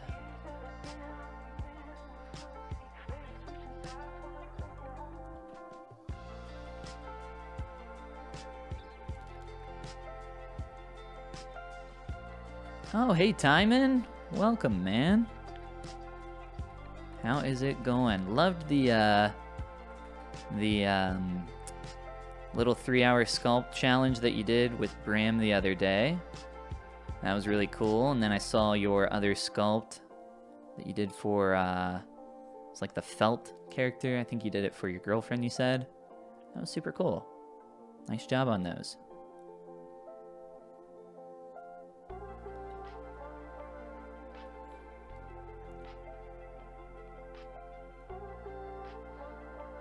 Thank you, thank you.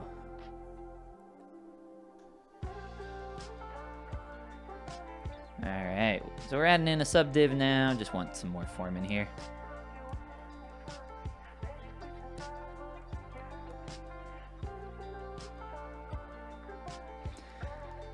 All right, cool. Well, we'll get some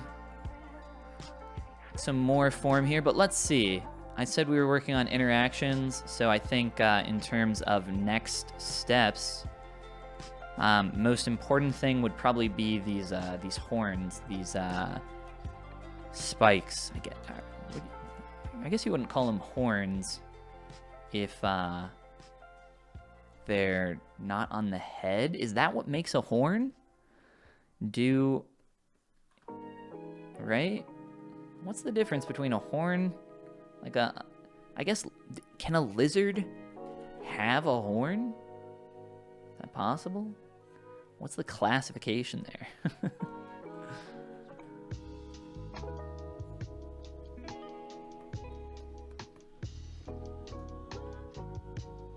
Oh, here, let me do a real quick stretch on this beak before I do that, before I forget, because I keep forgetting to do it.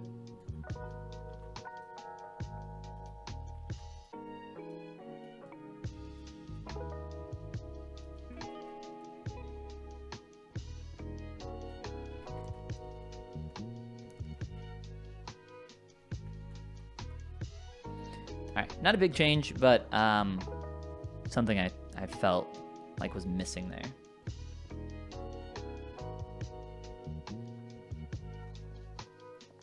Awesome. Glad to hear that you got that job.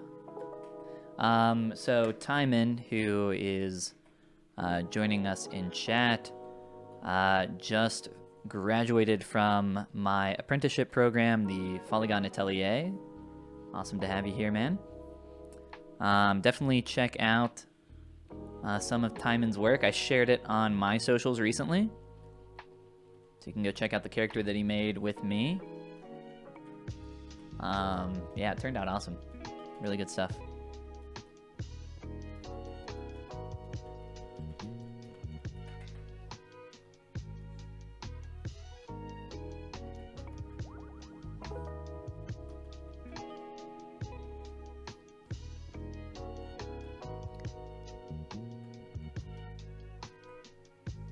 Trying to figure out what I want to do with this.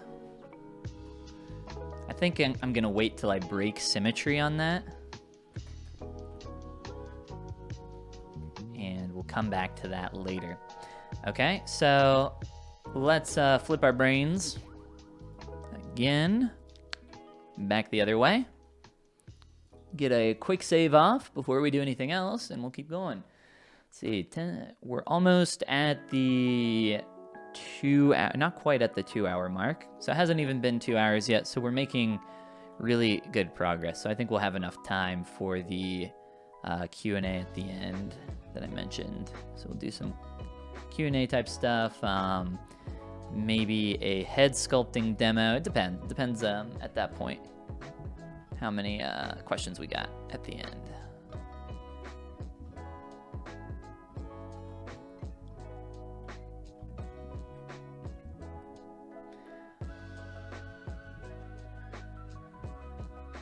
But yeah, if you're looking at this and you're like, wow, man, 2 hours? That's crazy. It's not if you focus on the right things. If you can force your brain to jump around as much as possible, working on big shapes and not, really, you have to early on not care like how bad things are looking. You have to kind of keep them rough, be comfortable with that ugly stage, right? Because these spikes, right? They're in this horribly ugly stage. Look at this. It's just like low poly tubes that I've stuck on here. But I'm not worried about it because I know I'm gonna come back to it later. And the same thing is true for like the the body, the head, all of this. It's a lot harder when you're working on a human character, right? Because it just feels so wrong. It feels so off. But the more comfortable you are with that feeling, the better sculptor it will allow you to be able to progress a lot faster than somebody who's so worried and like gets stuck just trying to make things look right when you really don't need to be focusing on like trying to make it not feel awkward at first, because it's a sculpt. It's going to feel awkward. It needs to you know, have its structure correct, its planes correct, its proportions.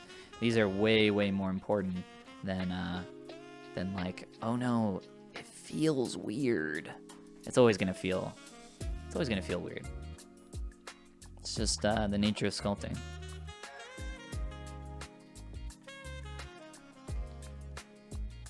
Is that Jerome? Welcome, Jerome. How you doing?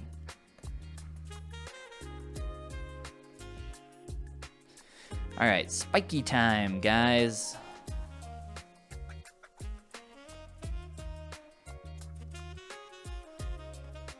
Okay.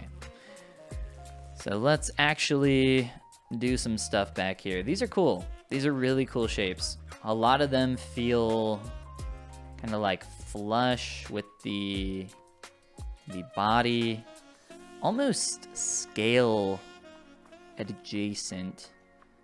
And this is definitely going to be more of an interpretive thing because these are represented with very minimal brush strokes in terms of like the 2D form. So it really comes up to us, the 3D artists of the world, to interpret what the 2D artist was attempting to communicate here.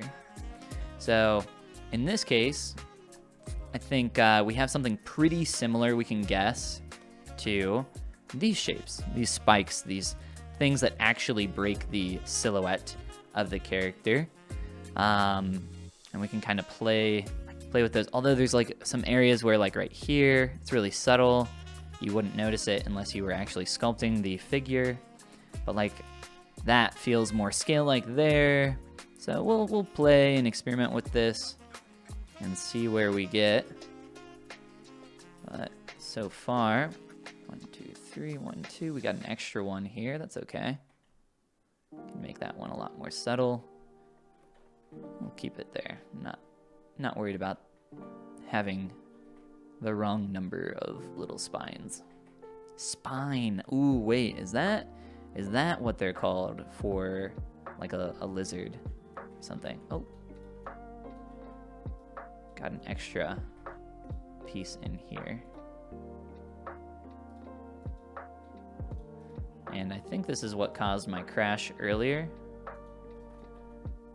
So I'm gonna get rid of that. ZBrush freaked out earlier if you missed it and had a software breaking moment.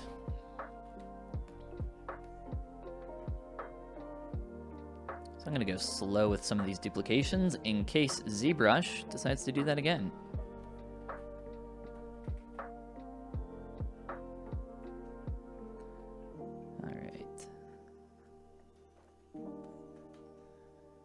We're just going to represent these pretty quickly. Let's fix our groups.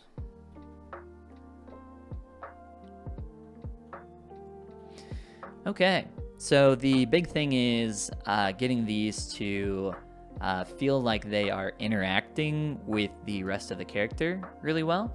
So a couple things need to happen here. The first thing is I need to, much like I did up here, kind of sculpt up these forms. So going over each one, it's a bit tedious, but I'm going to do it pretty quick because I'll show you a technique that I can use to get some more organic forms from these rather quickly. So I just want to initially define a plane, a little sharp angle change that I'm seeing on a few of these, some lower, some higher. Some of these are going to have like little sharp turns or kinks in them where they change direction. Yeah, but this is going to be pretty quick and simple. And we can go back through and taper some of these together. Yeah. So when you have lots of repetitive things like this, something you can do is create one and then use that as a base to create a lot more. But in this case, there's not so many of them that I feel like that's necessary. That song was really annoying.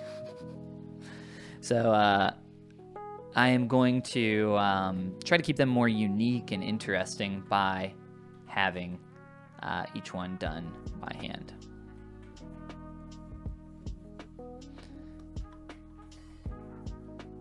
All right, so step one, define a quick plane change.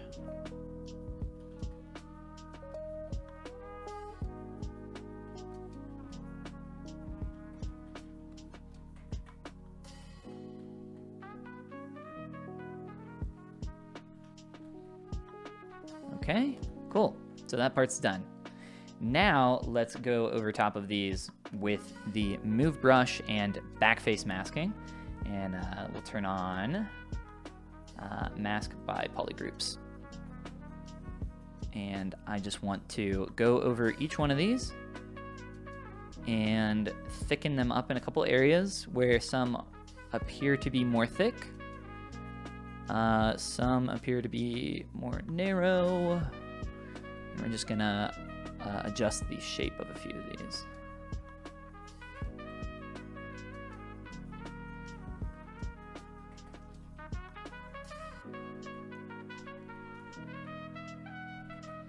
Okay, and now we're gonna do the same thing, same idea, I should say, but instead of thickening them in a few areas, we're gonna narrow the ones that get like real kind of tapered or sharp at the end. So the ones that come to these sharp points. So I'm just masking off the tips of those pieces of geometry. And we'll do one more. Okay, we'll blur it and then we'll run a deflate on that. Okay. A little bit of smooth. Some of them flipped the geometry inside out. That's okay. Not too worried, because we can just gently hit them with the smooth brush and fix them up. And if it's real bad, like it is here, just move brush backface masking. Just a little fix.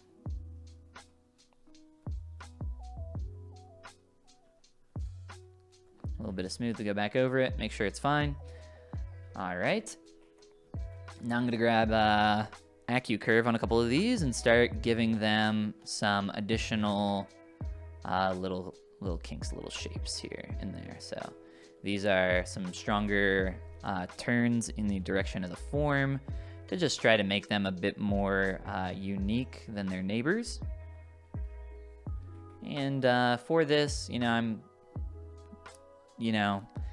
I'm looking at the reference for some of the shapes that I'm seeing, but for the most part, they're represented in like 2 brush strokes. Like they're really kind of simply done. So I can kind of interpret these a little and try to make it more visually interesting here for the sculpt, for the 3D.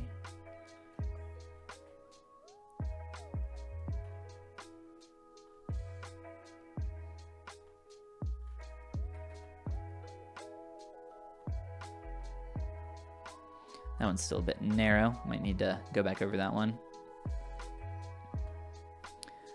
And then you can really get away with very minimal work in this direction for these kinds of tubes. And the reason for that is what I'm going to show you right now. And that is our good friend Dynamesh. And we can get a lot of organic forms from Dynamesh.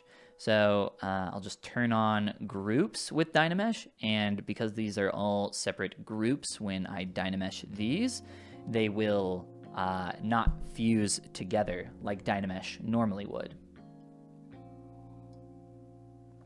So that is very helpful. and then we can get some more organic, kind of messy, spiny, spiky kind of forms from these. So even just doing that and then immediately subdividing them, you can kind of see we're getting this subtle bit of texture on here in a few spots. And then we can just take a few brushes and build that up even more, depending on how far you want to take it. I'm probably not going to go super far with these. We'll turn off backface masking, because I don't think that they need all that much. Another thing that can be really great when you're working on this kind of stuff is just taking a trim brush. Trim Dynamic is a great default brush for this kind of thing. And just work on, taking a rounded form. So you have this tube, right? And you can trim out one side to give it more of that sharp kind of hard surface feeling with very minimal labor. So these I will spend more time on than something like the teeth, right? I'll do something similar to the teeth, but because these are more prominent on the outside of the sculpt, they need a bit more attention than something that's kind of hidden. Preferred video editing software. I used to use Premiere. I still do use Premiere, but DaVinci. I use mainly DaVinci now. I use Premiere for small things, just because it's a little easier for some types of videos. But yeah, overall, if I could, I would use DaVinci for everything. DaVinci is awesome.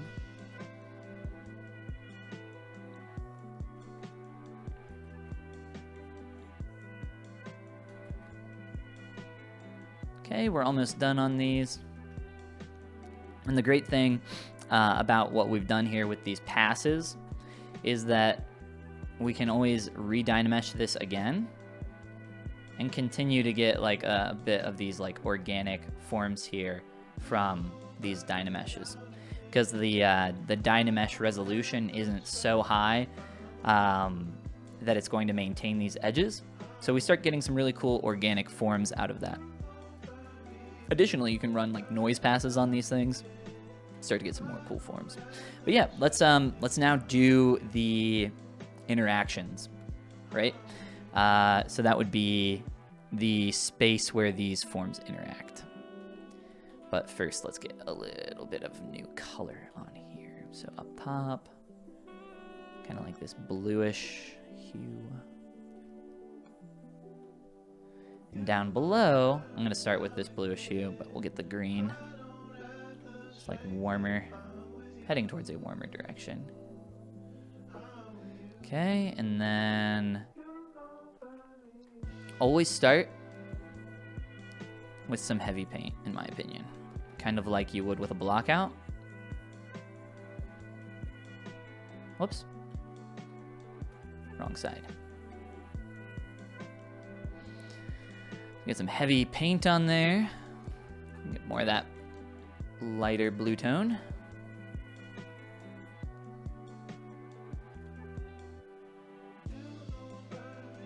Okay. Very nice. And now in a few spots, we're just going to go over, sharpen up a few facets. Let's hit this with another pass. And I'd like to maybe taper in some stuff, but we'll come back. We don't want to work on one area or one thing too much.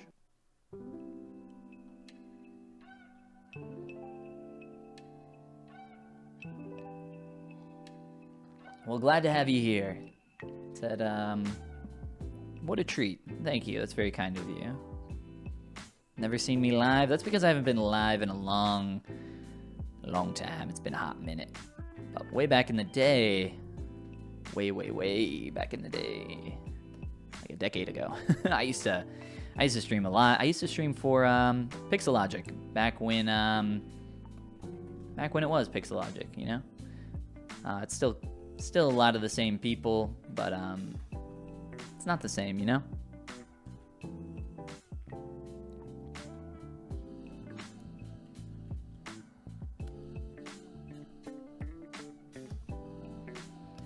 All right, and final thing I'll do that I mentioned was just sharpening up a couple spots. Because, you know, the Dynamesh res, while it does give us some free texture here, it also rounded out a few spots a little more than I wanted. So, a little deflate here and there. You can also just use your smooth brush. You don't want to use it like on the form. You want to use it off to the side, like here. Because the fall off on the brush can kind of catch some of that. It's a bit of an advanced technique, but yeah. Anyway, let's go work on these interactions now. So where this kind of fleshy, scaly-ish form meets some of these. And for that, I just want to hide some stuff so I can actually see it. Okay, so like what I'm kind of seeing here, I think there's a lot of interpretation you could make from here, but yeah, I'm just gonna use my move brush, I think, and kind of pull up on some of this form here, kind of like overlaying it on top a bit. I mean, nothing fancy, just a move brush. Very painterly, right? So kind of up to you to figure out how you want to handle it for these kinds of things. Yeah, this is where I want to start at least.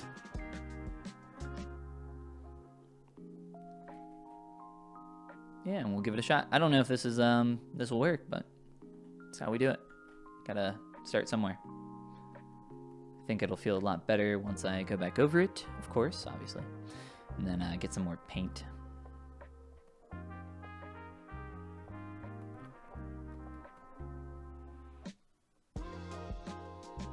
All right. Some of this clay brush in here in a few spots. Let's see. Do I want? I don't think I want the silhouette to break too much from the front view. They feel more flush against the body. Uh-oh, losing some spikes. I adjusted the proportions earlier.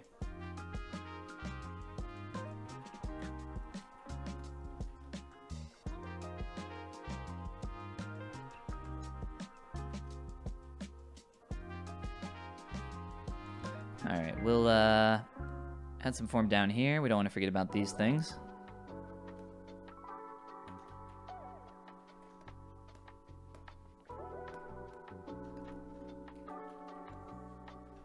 Go a little scale down there.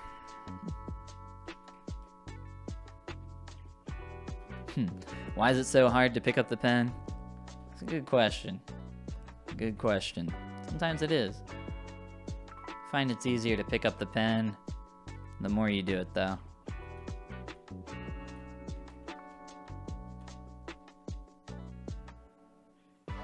Also helps a lot if you create really simple goals for yourself. You know?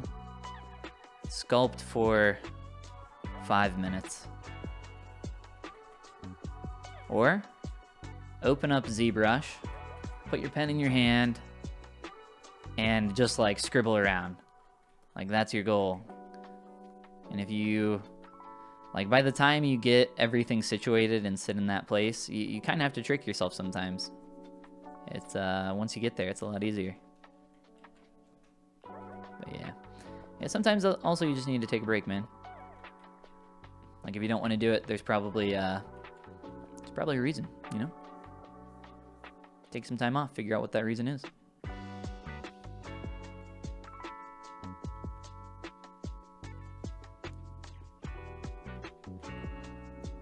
The dragon thing, as you have so aptly described it, is drawn by someone by the name of Maria on ArtStation. And there's a link to said artwork down in the description below. So you can go check out her cool art. I'm not even gonna try to pronounce Maria's last name because I would do a terrible job. But yeah, she's got some really cool stuff.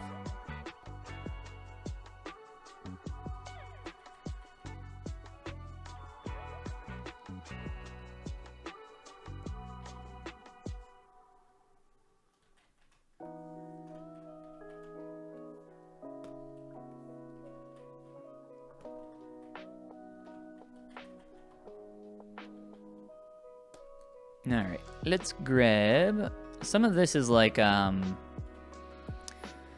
hand-painted shadows. So what I'm going to do is hit this like so, real hard, zoop, zoop, zoop, zoop, and then we're gonna come back over it and soften a lot of this. So this is where we start. You know, there's this right here, this undercarriage color, that is a bounced light from this this bark right here. So this tree, this creature is sitting on, light is hitting that and bouncing up and making the underside kind of pick up some of that color, some of that warmth. But because we don't have that, and that is something that would be handled by a rendering engine, you know, these lights bouncing around, capturing some of these colors, we don't want to overpaint a ton of that. So all I need to do is go back over top of this with some of this color here, and we still get some of that subtlety in there from this like warmer tone. So you can see some of that like peeking through in a few areas. And if I want, I can very subtly go back over top, do some more of that. You know, I'm looking right here at this lower jaw piece right here, and I guess these are shadows. I'm looking at this form here and I'm like, oh wait, is that another spike underneath? I think that's just a cast shadow. Yeah, I think so. So we won't overload them with all these little spinies, but we will get some more coloration on here. So if you look at a lot of these spiny colors, you know, this beautiful painting, it's got all these different colors going on, but we'll have to harmonize some of these. You know, some of this can be in the realm of a painting with some of these kind of crazy bounced colors everywhere, but we do have to harmonize it a bit for 3D. There are, you know, there's a lot of techniques, I should say, that you just can't translate to 3D super easily. So we have to kind of draw the line somewhere, figure out where that is.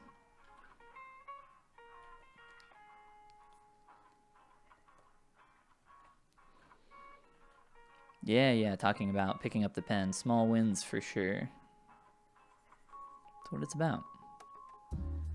Yeah, it's, you know, like, trying to think of what a good analogy is, but like, there's so many things that you do in your life that are really hard that other people would look at and say, that's crazy. How do you do that? And it's just like these small steps that you took to get there, right?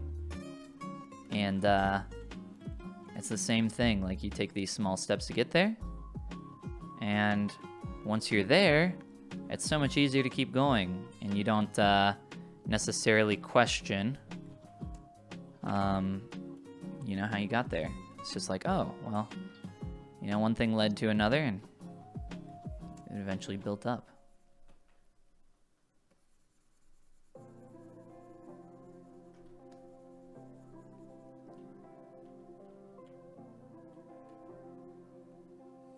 So like this color here, you know, we're kind of playing with a highlight a little, but I'm not going to be painting highlights or tons of shadows on this guy.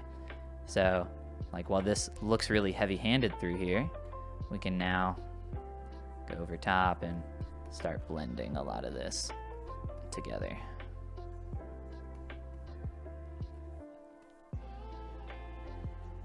Like I don't like how bright in value that gets personally.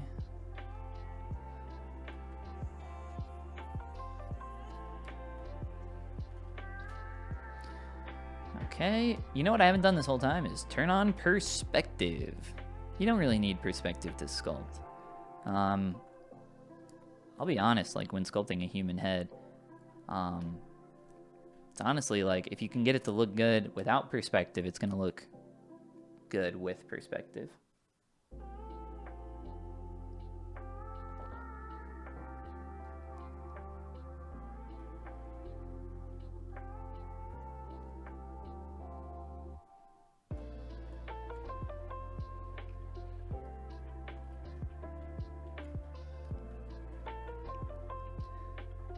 Okay, let's match the coloration here a little more.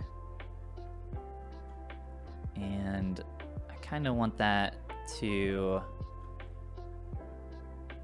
yeah, there we go. Some of this here is, okay, yeah, I like that a lot more. Believable interactions, guys. That's what we're trying to do right now.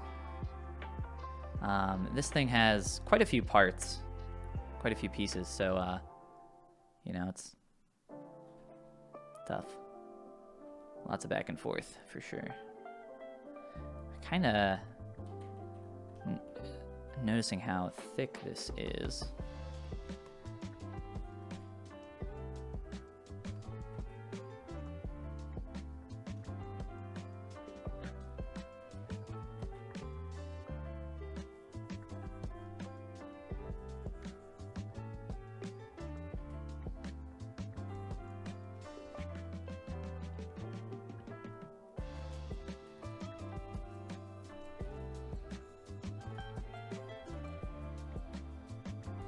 Okay, these here also need to blend in. So yeah, let's just grab some move brush. I would be really hesitant to just Dynamesh or Boolean all this stuff together. I would much rather keep it separately. You have a lot more control that way. That's not to say that you can't. You absolutely can. It's just things get real messy real quick. So what I would suggest is if you want a nice in between, what you can do is cut off like the ends of these, like this, and duplicate that and blend that piece in. And that does give you some room to kind of play with that interaction a little more. I don't think I need to do that here. Maybe we will for like a demonstration, but I think we'll be okay. I think we still have enough control here.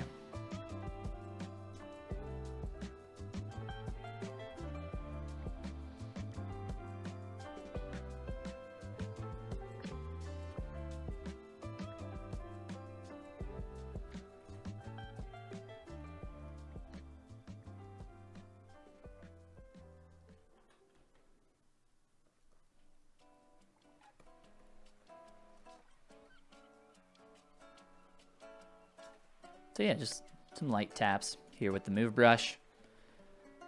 The other thing I'll suggest is a bit of snake hook. Why is lazy mouse on for the snake hook? Yeah, there we go. So I will, after using this, most definitely need a bit of some, is back face on as well? Weird.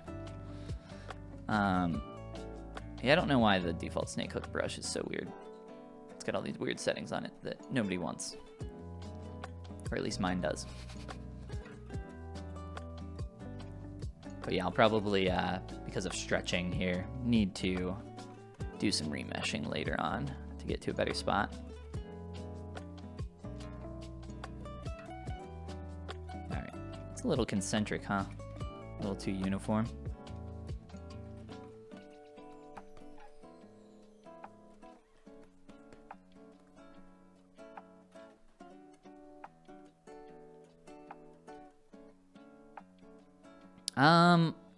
Maybe. Maybe. No promises. Might upload it. We'll see. We'll see. If I do, it'll be on the streaming tab here.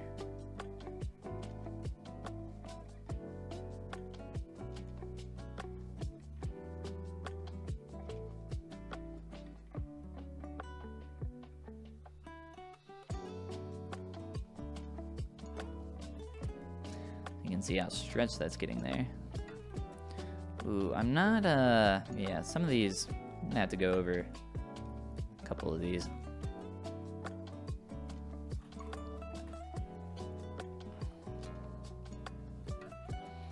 Let's see. You. All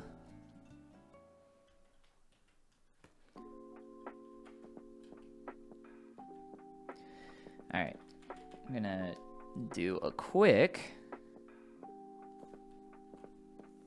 little delete because I keep trying to mask this off and it goes through to the other side and it's really being annoying. Okay. Oh, you know what? Sorry. Reconstruct. There we go.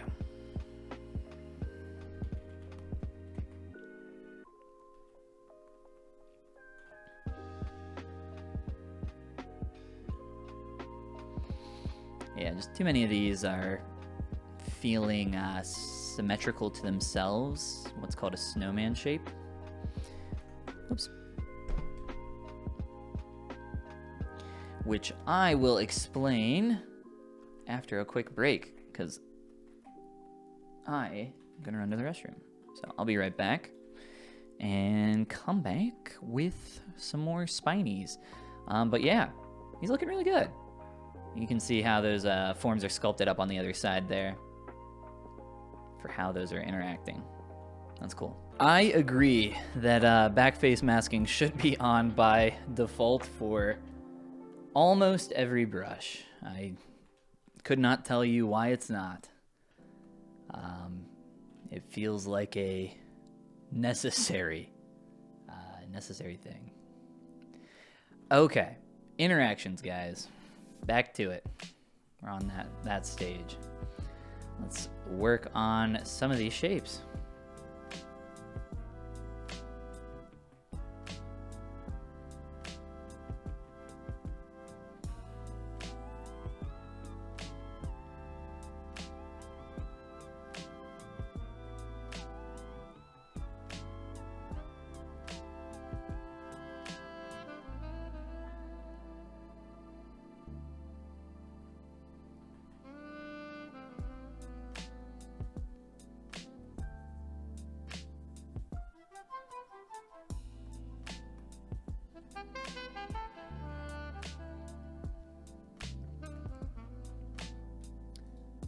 All right. Let's take a break from the little spinies. Play around with some of these forms here. And let's take a look at some of this paint. So up to this stage, let's see, let's, what do we think? Let me see how this does here. Wait, maybe that plus, spray? Ooh, okay. Yes, but, yeah, okay, something like that. That's pretty cool. All right, so we're just spraying some brush strokes on here. 100% intensity with my paintbrush. I just want to get some of these like striations here. Although I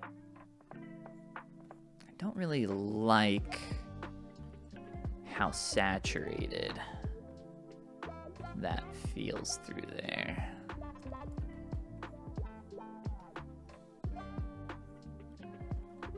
You know what I do like though?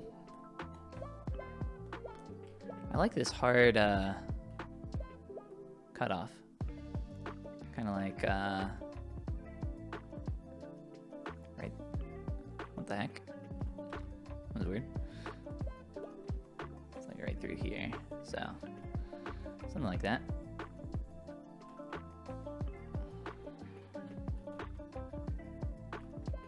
So, all my painting experience over the last little while has pretty much just been hard round brush. That's like what I have used the whole time.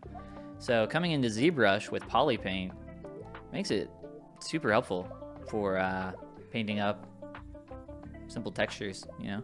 Feel right at home with that standard paintbrush. Feels great. Alright, I like this, I'm just gonna get some of this around on these base shapes, and then we'll come in and do some more with that.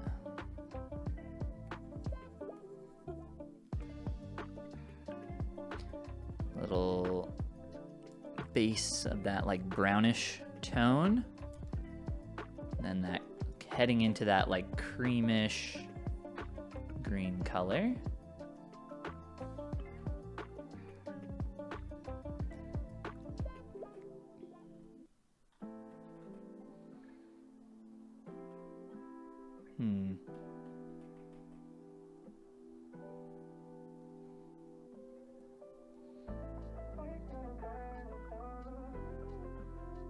Yeah, it feels... I just want to offset these. I feel like that feels a lot better. They're just kind of cut off in this weird, like perfectly horizontal line. Just get it. Feels a bit more organic this way. And I'm seeing hints of that in the paint. Yeah, this is definitely one of the harder types of things to do in sculpting when you have some really subtle brush strokes that are hinting at something without really giving you too much to go on. So you really do have to pull from a lot of experience. And if you don't have that experience with that thing in particular, you just have to try stuff and see what works and see what doesn't, because those are really your only options. I mean, other than having a mentor for a hyper-specific problem that can show you exactly, you know, what to do. I've done stuff like this several times, but obviously every single one is a little unique, a little different than the others. So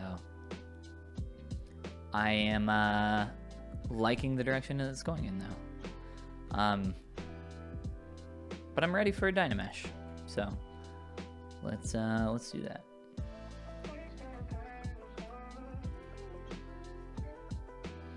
And the more you stretch stuff, the more messed up it gets, so the more likely you need to Dynamesh.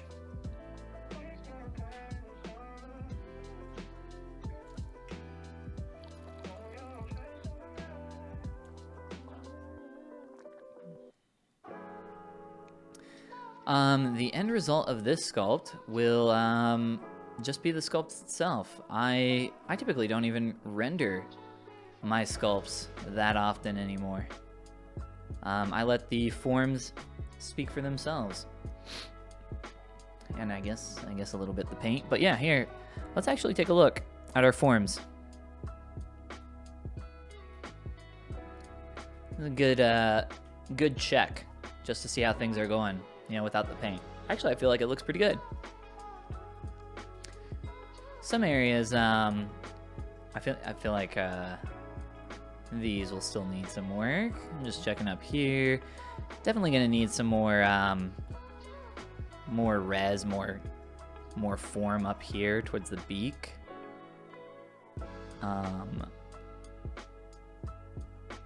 But yeah. Bit scary with the poly paint glitch there.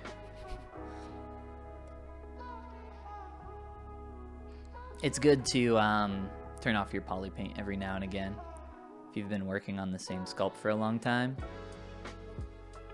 Just get some new eyes on it, get a fresh perspective.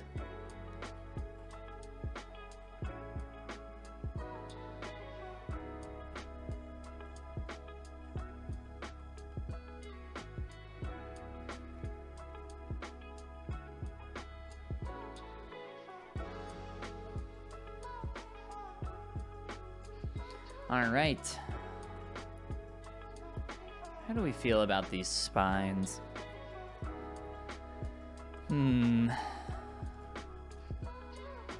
Definitely. Let's do this. Or actually, sorry. Do that. There we go.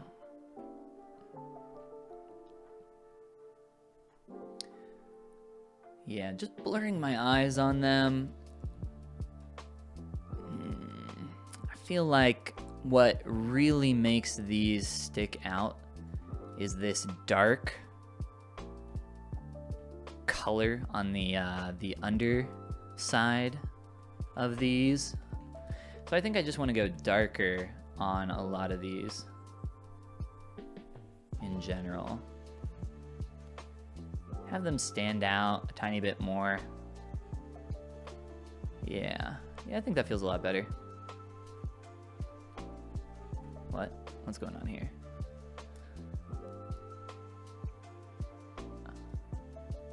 That's really weird. I don't know if I've ever seen it do that. I mirror and welded on this piece and it kept it separate. It's two separate pieces. That's really strange. That is not what mirror and weld is supposed to do.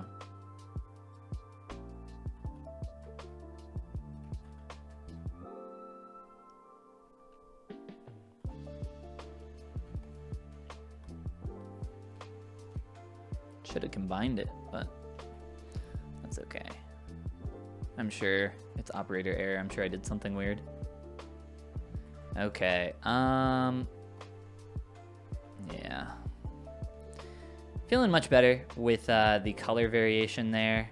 Last thing I want to do here before moving on to some other areas is just clean this up in a few spots.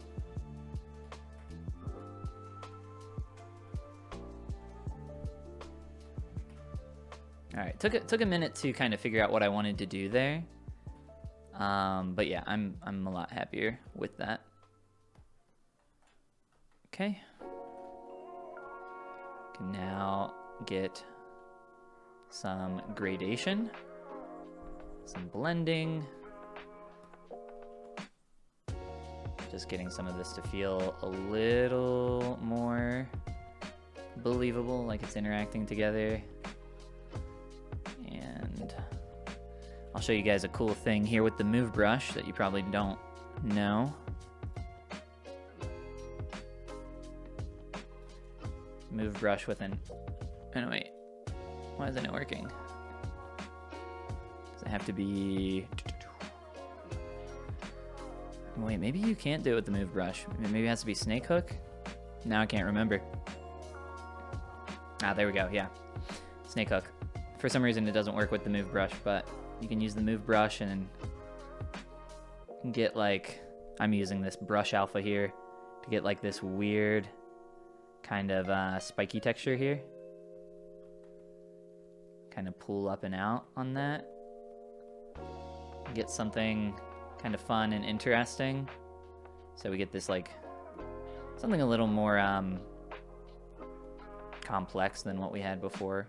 It's just these like round shapes. And it's gonna be random every time you lift up your pen. In terms of placement of those spinies, so you can get a lot of variation.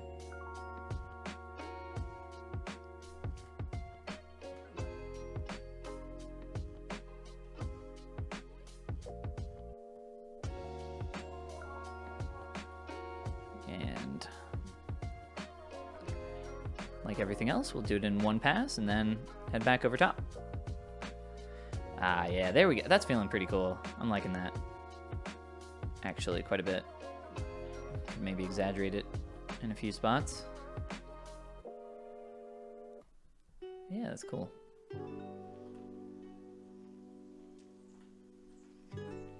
Okay.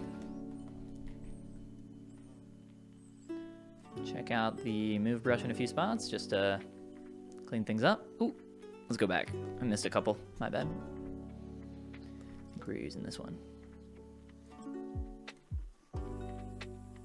I do not have a video about rigging in ZBrush, and I would not recommend that you do any rigging in ZBrush. I think that would be a very large waste of your time.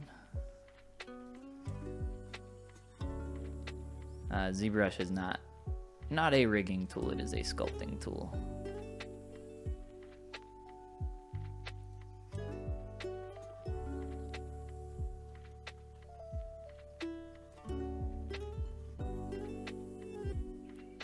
I'm trying not to get too many of these. Maybe I can just go ham and then knock some of it back after. It's a little hard to control this.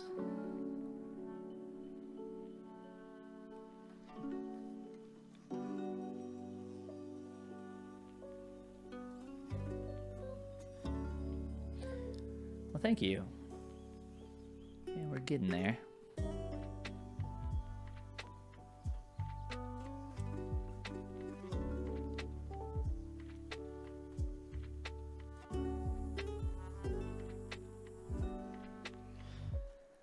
All right.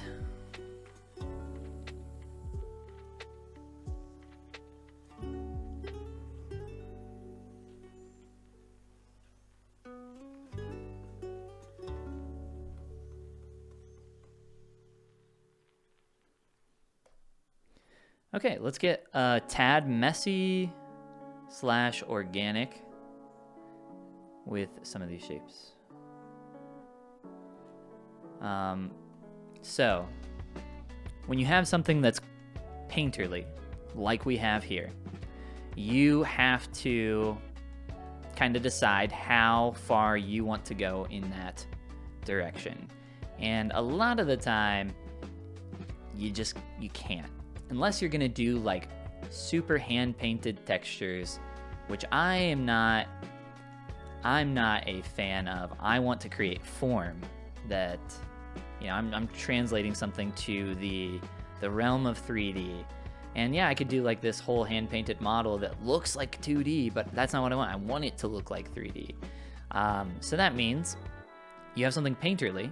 How are you going to capture that painterly-like effect in 3D? Well, the answer is going to be texture. And in this case, we're just gonna generally match the size of the brush strokes that Maria was using and try to follow the flow of these forms, these brush strokes that she's created. And I can also get some additional paint on here as well, but I'm just starting off with form and just kind of messing up my surface in that direction, flowing with that form. So I'm not adding like these huge changes, these big shapes. In a couple spots I am, where I'm noticing some cool things happening. But for the most part, you know, it's pretty simple, subtle. But without this texture, it would feel like it's missing something. And that is, it's one of those things, right? You don't know it's, how to describe, like it's not noticeable unless it's like not there. You're like, oh, something feels like it's missing. What is it? Oh, all this texture.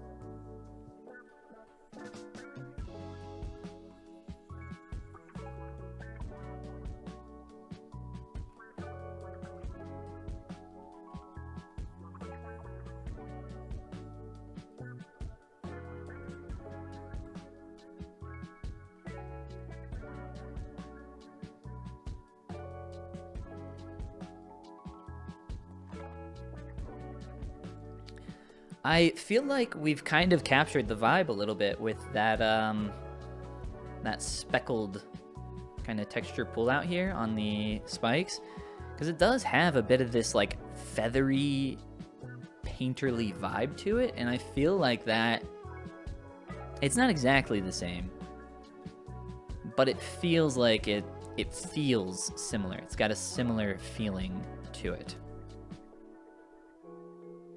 And if we need to, we can kind of knock that back, you know, make it more subtle. All right, this needs to blend in down here. We don't want to forget about this area.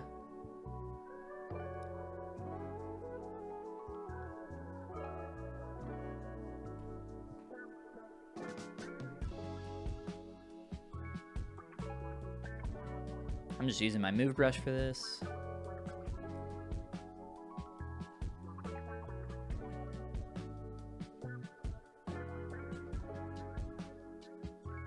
Okay, we'll go back to that snake hook.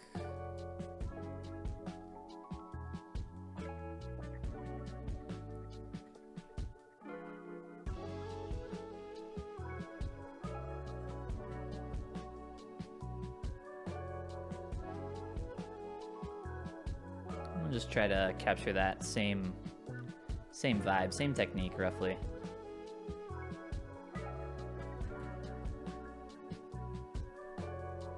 Probably a little too strong in a couple areas, but that's okay. Most of that won't really be noticed too much. And we'll come back and do a pass on everything anyway. All right. Feeling pretty good.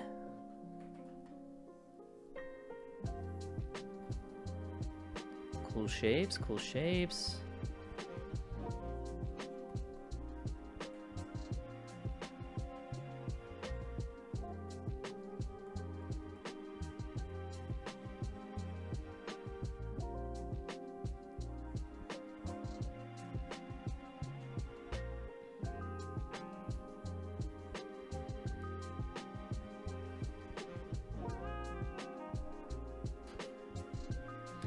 Is it lighter than Blender? I don't know what you mean by lighter. Like, is it easier to run? I think technically yes, if that is what you're asking. ZBrush mostly runs on RAM. I guess it depends what you got in your rig, your big rig.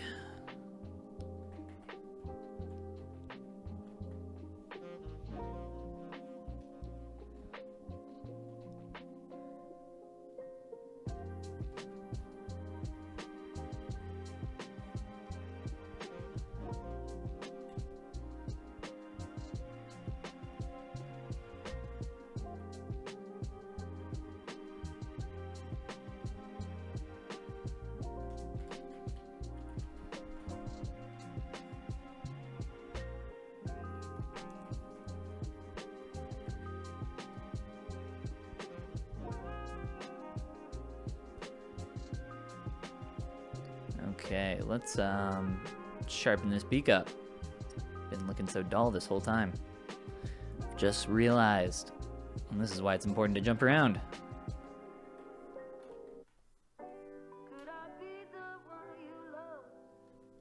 It's kind of cool.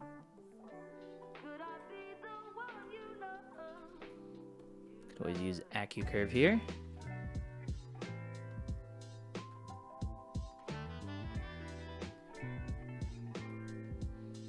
That real sharp point. Smooth it back a little. Nice, nice. All right, let's keep working on this. This is where you can have a lot of fun, a lot of room to play around with some different shapes.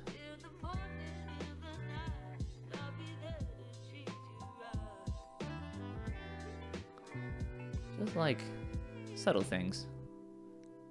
Not looking for, well, I'm always looking for huge changes if we can, right? But we're kind of mostly past that.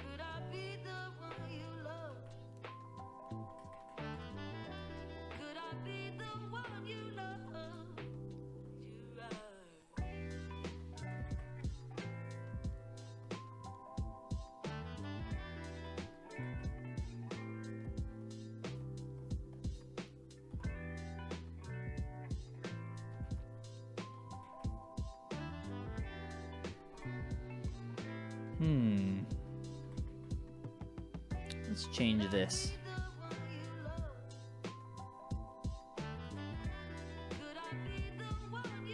I think this feels a little closer. Kind of like a triangular shape, a little closer to that. All right, similar to like a tree, like getting bark as a texture, you can just take a clay brush and do some striations on a horn, on one of these little spinies, just like this, you know, vary it up, start getting some different texture on it. And then you can go back over that, carving into your surface, sharpening different angles, playing around. Lots of room for exploration. Just letting things kind of happen. As Mr. Bob Ross would say, right? The happy accidents.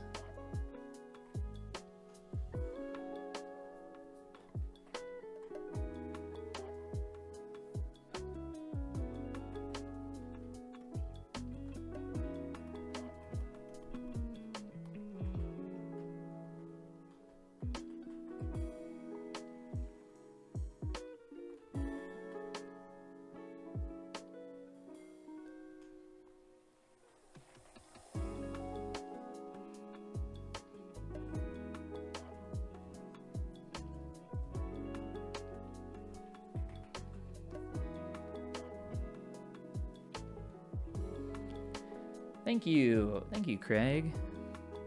It's very kind of you to say. Hope you're doing well, man.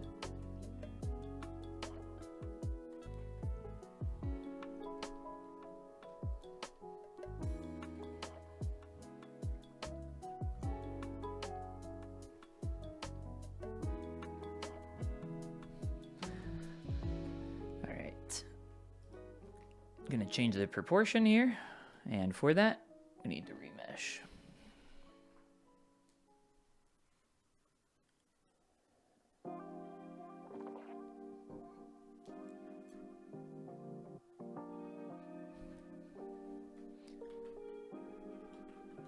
What's happening in my chat right now? We're talking about eating elephants.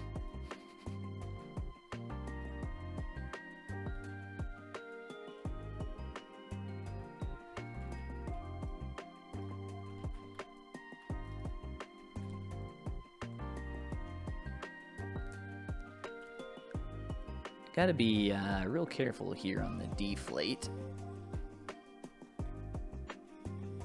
Not to... There we go. Trying not to get it to go in, like carve inside of itself too much. And this is just a weird shape, so I'm gonna change it.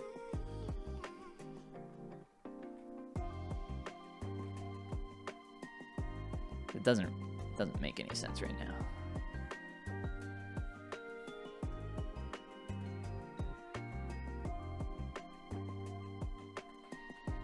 That feels, I mean, it's going to feel a lot better here in just a moment.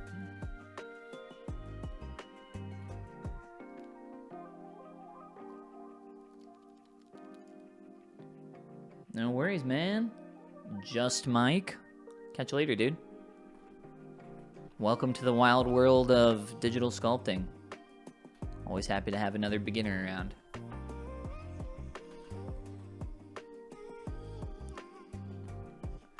We all start roughly in the same place, and I will say I've been teaching for a long time, and every single person makes the exact same mistakes without fail. Everybody goes through the same hurdles.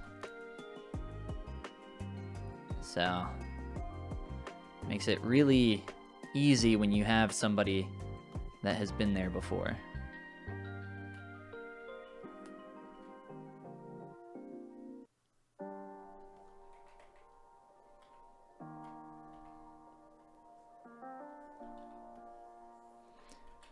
Now, I am not going to do this like shadow on here, but I'm going to hint at this color. So, as with all things, block it out first. Really strong. Then we'll fade it out. That's a really cool, like, greenish blue, like a turquoise there. Really desaturated, but it looks super strong next to the other grayish color that I have. Let me do all these too, because I think just get these colors roughly at the same time.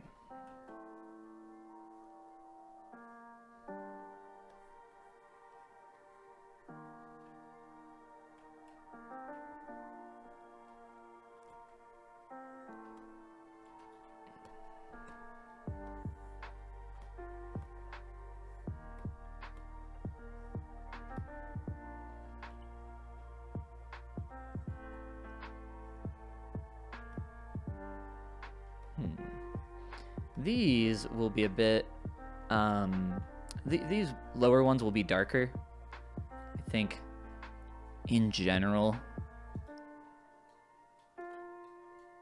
We'll see.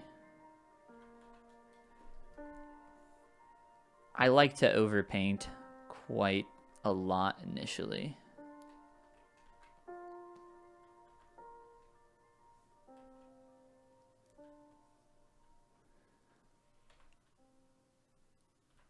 That's much darker, yeah. That's what I thought. Okay. So in painting terms, this is what I call a clown pass. And you kind of go really heavy-handed initially. And there's several ways you can go back to neutral. In this case, I'm just filling it all in with a kind of gradient. Did I miss one? No. Okay. Yeah, but these are on the darker side. So something. Yeah, I like that.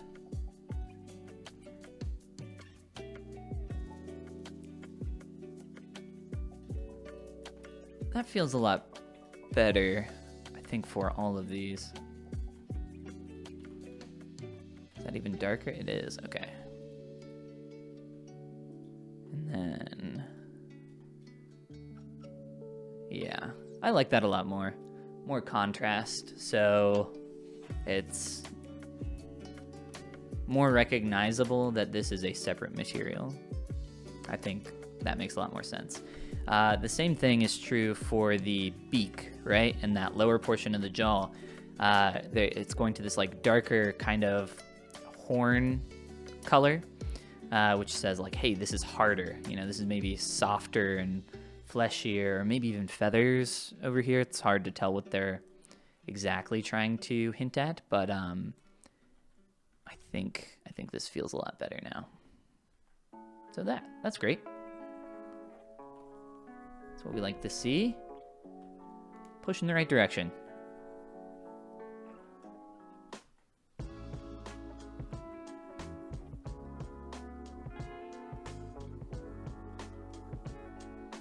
Yeah, that's cool. I like that.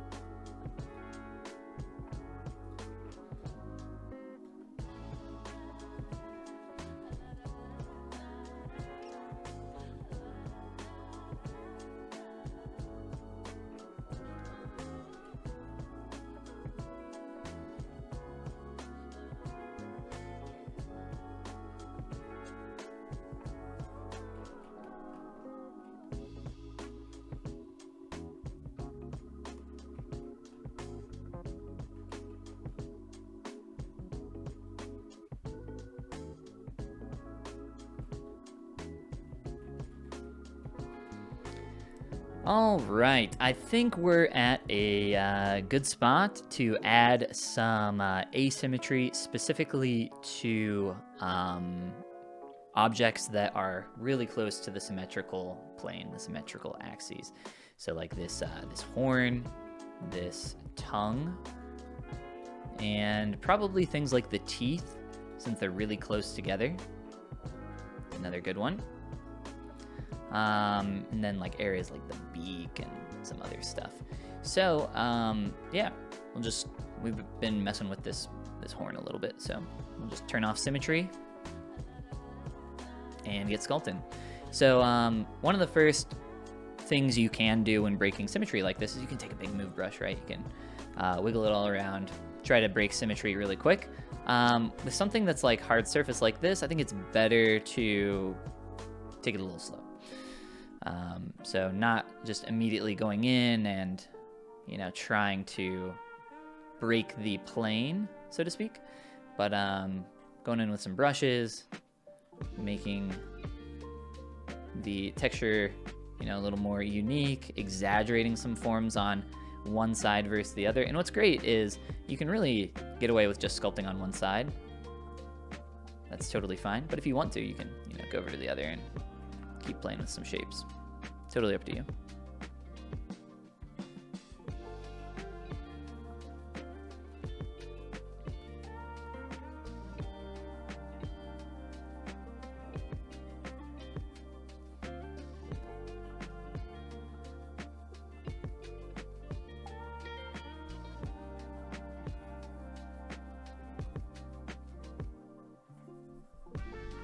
Okay,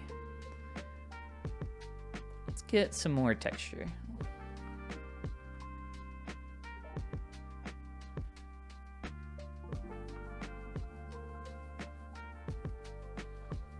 Can actually get away with some scribbling.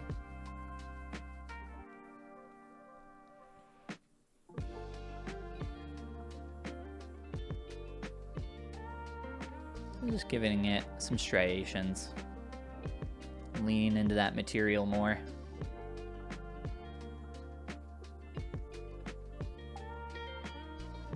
And it's okay, like if you're really heavy-handed, if you make a mistake, just sculpt over it.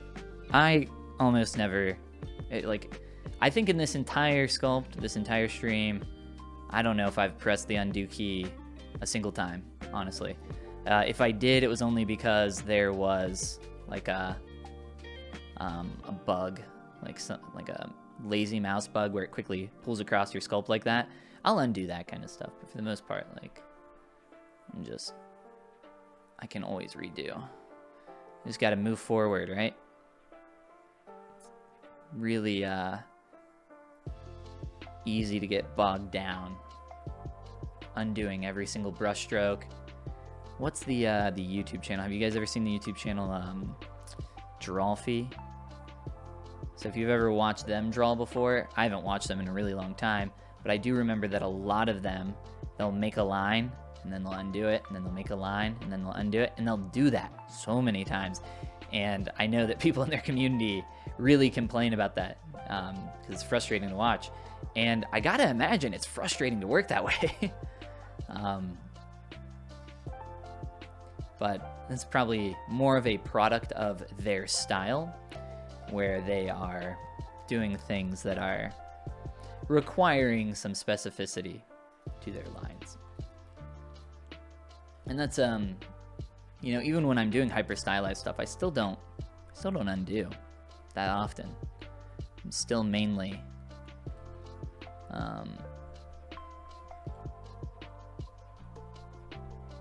just kind of going with the flow.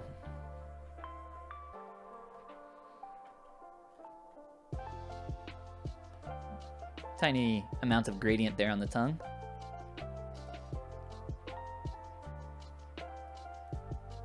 Do I think this animal is carnivorous? Yeah, probably.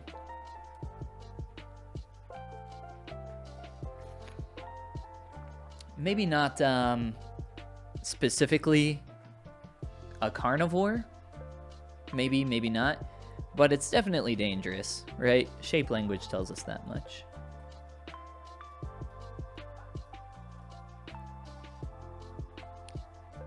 Definitely a lot of hints that this is a dangerous creature.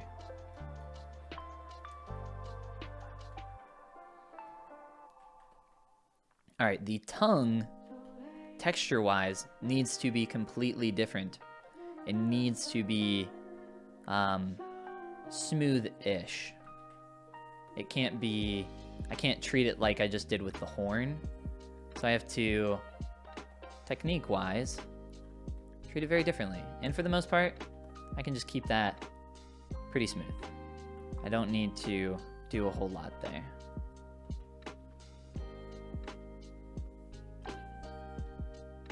So some smooth brush here and there. I'm mainly just trimming out areas that maybe could use some additional texture. We could throw a separate material on there, but you'll notice I'm using the same material on every single piece of geometry because I want to be able to represent my materials in my sculpt with form. And if I can represent them well, all with the same material, or without material at all, in just the sculpt, well then that means I'm doing an awesome job of sculpting these forms. And as I continue forward into rendering and I wanted to adjust those materials, it's going to be that much more believable in that direction. So really, really important to, in my opinion, treat all your different forms as their material here. Not just say like, oh, I'll be able to throw that in my rendering engine later and make it shiny, make it make that more rough, you know. No, sculpt it up.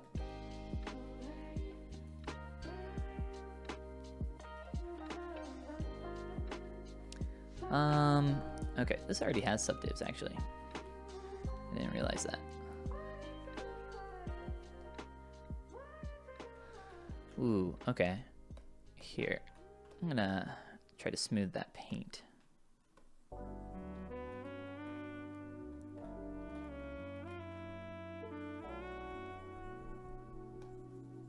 I have this little artifact in there. I think that, there we go. All right, that feels better to me. Maybe a little too smooth, but.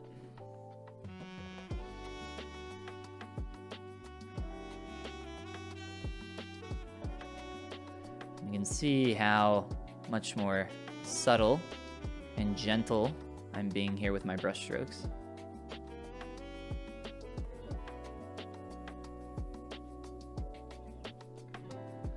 So the tongue, at the end of the day, it's a muscle, right? It's got these, I'm not even gonna worry about the bottom.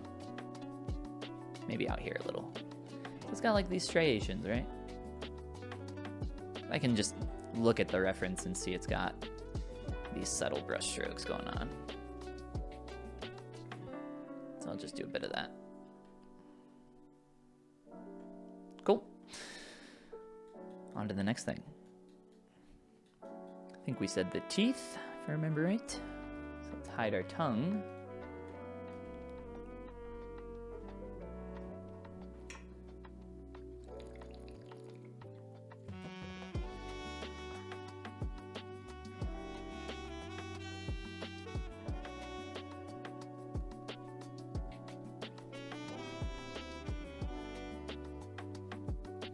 Yeah, I don't normally try to guess, you know, what the, I'm not a biologist. I just make cool stuff. I'm not worried if it's, unless it like informs any decisions that I'm making, which in this case it doesn't. I'm not too worried about what this thing eats.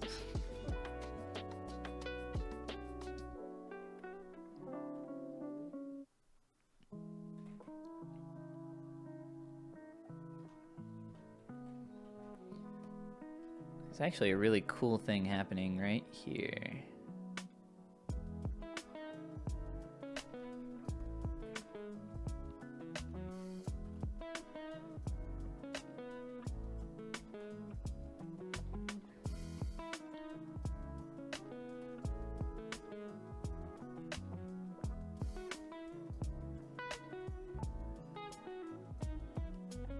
Okay. We'll have to, so if you want something to feel tight, it needs to be straight. You can't have a curve to it.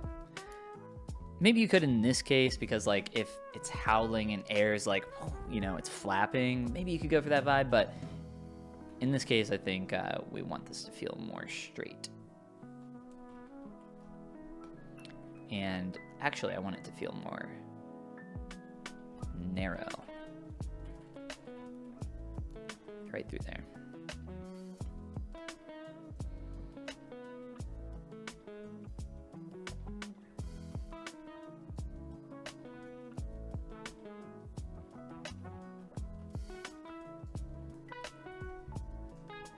All right, just building up these shapes. I've neglected the form in here for quite a while, and it's gotten the job done up to this point. But as we continue to refine other shapes, you know, we need to bring it all together, bring it all home. So going over everything several times, bringing it up to roughly the same level of finish.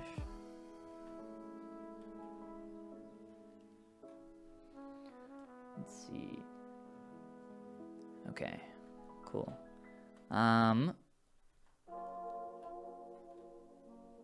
I'll work on this. Maybe, let's see. It's 140. Okay. So we have roughly, or I have roughly about 15, 20 more minutes here that I can hang. So I said we would do a Q&A depending on how far we got. A bit more focused. So I'll kind of noodle around on this guy, but if anybody has any specific questions unrelated to this or anything else, feel free to throw them in chat and we can talk. If not, no worries. I'll just keep sculpting away and finish up on some final little things on here.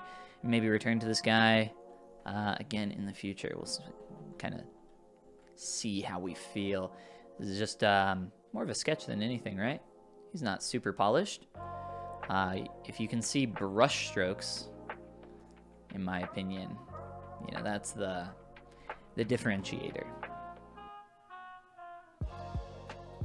So brush strokes mean, to me, it's, you know, still pretty sketchy.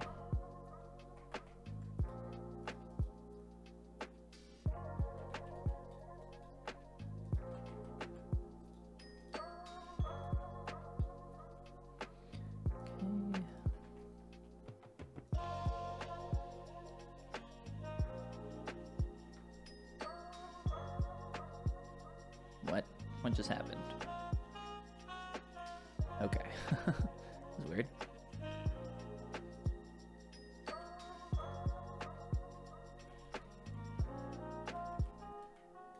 Alright, I don't need to do a ton on these teeth, I don't think.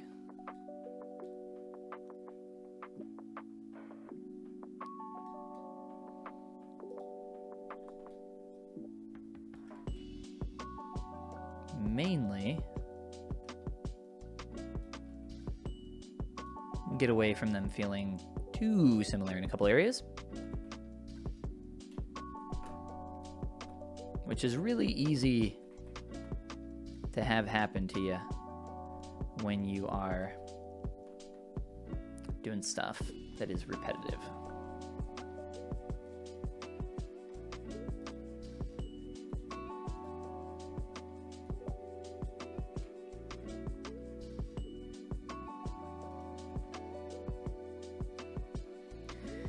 As I get more into the sculpt here, you'll notice my quick saves take longer and longer.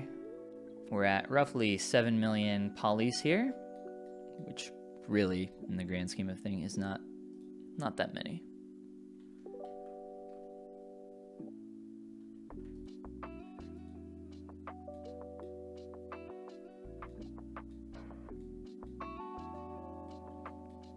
Okay, let's fix these teeth real quick.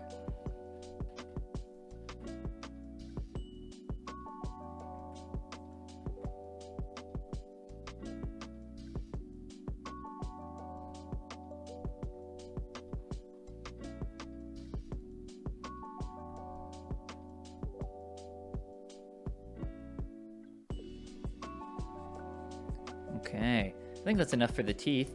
How's that feeling? It feels, that color Oops. I could just blend a little better. Just trying to get that to visually blend through there into the, because this is a separate subtool, a separate mesh. And I don't want to merge it in. I can, but I don't need to. I can just blend it here, like so. And as long as the forms aren't like a really hard line, we should be good. And this is the same rule as the tongue, although I can go a little messier with that. It actually feels better, I think, as a messier form. Getting these striations.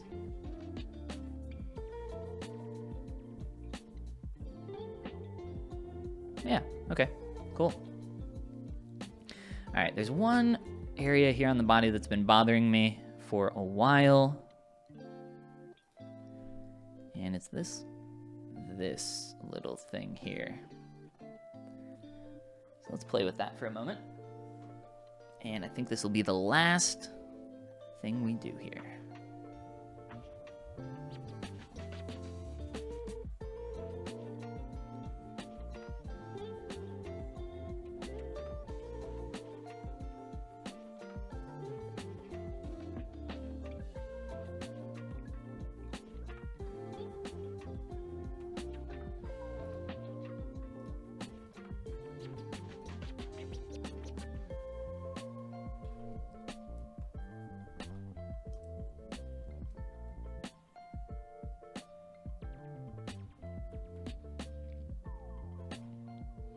You know, a lot of the time I'm not a big fan of color spray, but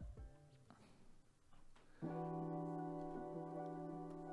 don't know if you guys use color spray, but a lot of the time it just gets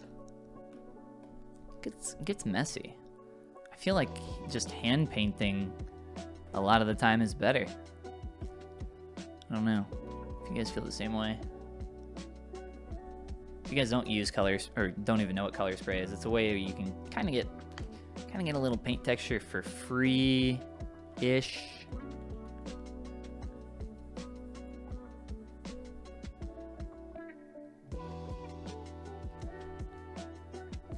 That's what this spray stroke here is.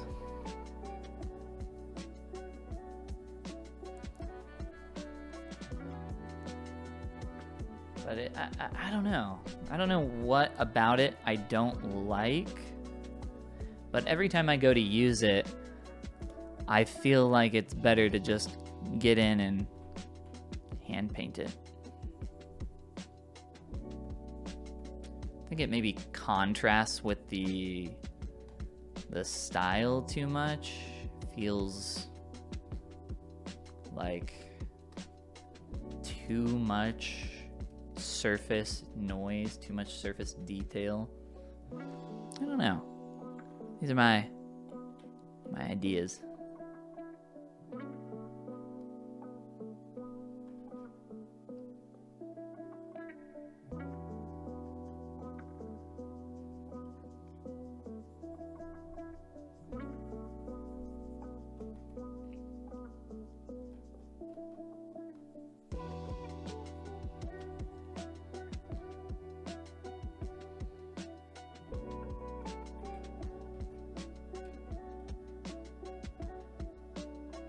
It's funny how long you can go leaving something and then you come back to it and you're like, how did I leave that like that?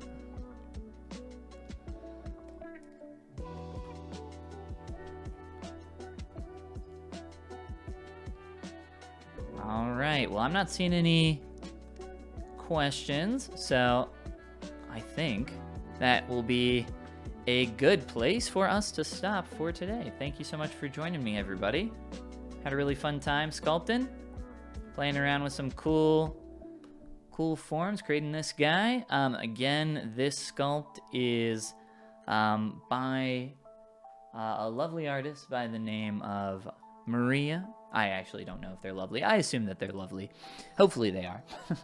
But yeah, there's a link down below to go check out their very cool artwork. So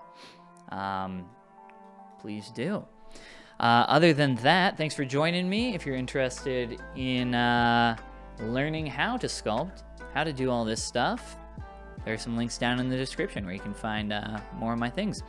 But yeah, I'll see you guys in another 3 years when I decide to stream again. Or here on my YouTube channel where I've been doing some daily shorts of different sculpts, different sculpting tips. So if you're new here, definitely hit that subscribe button so you can get some more future vids from me. All right, cool guys. Thanks so much for hanging out. And yeah, see you in the next one. Bye.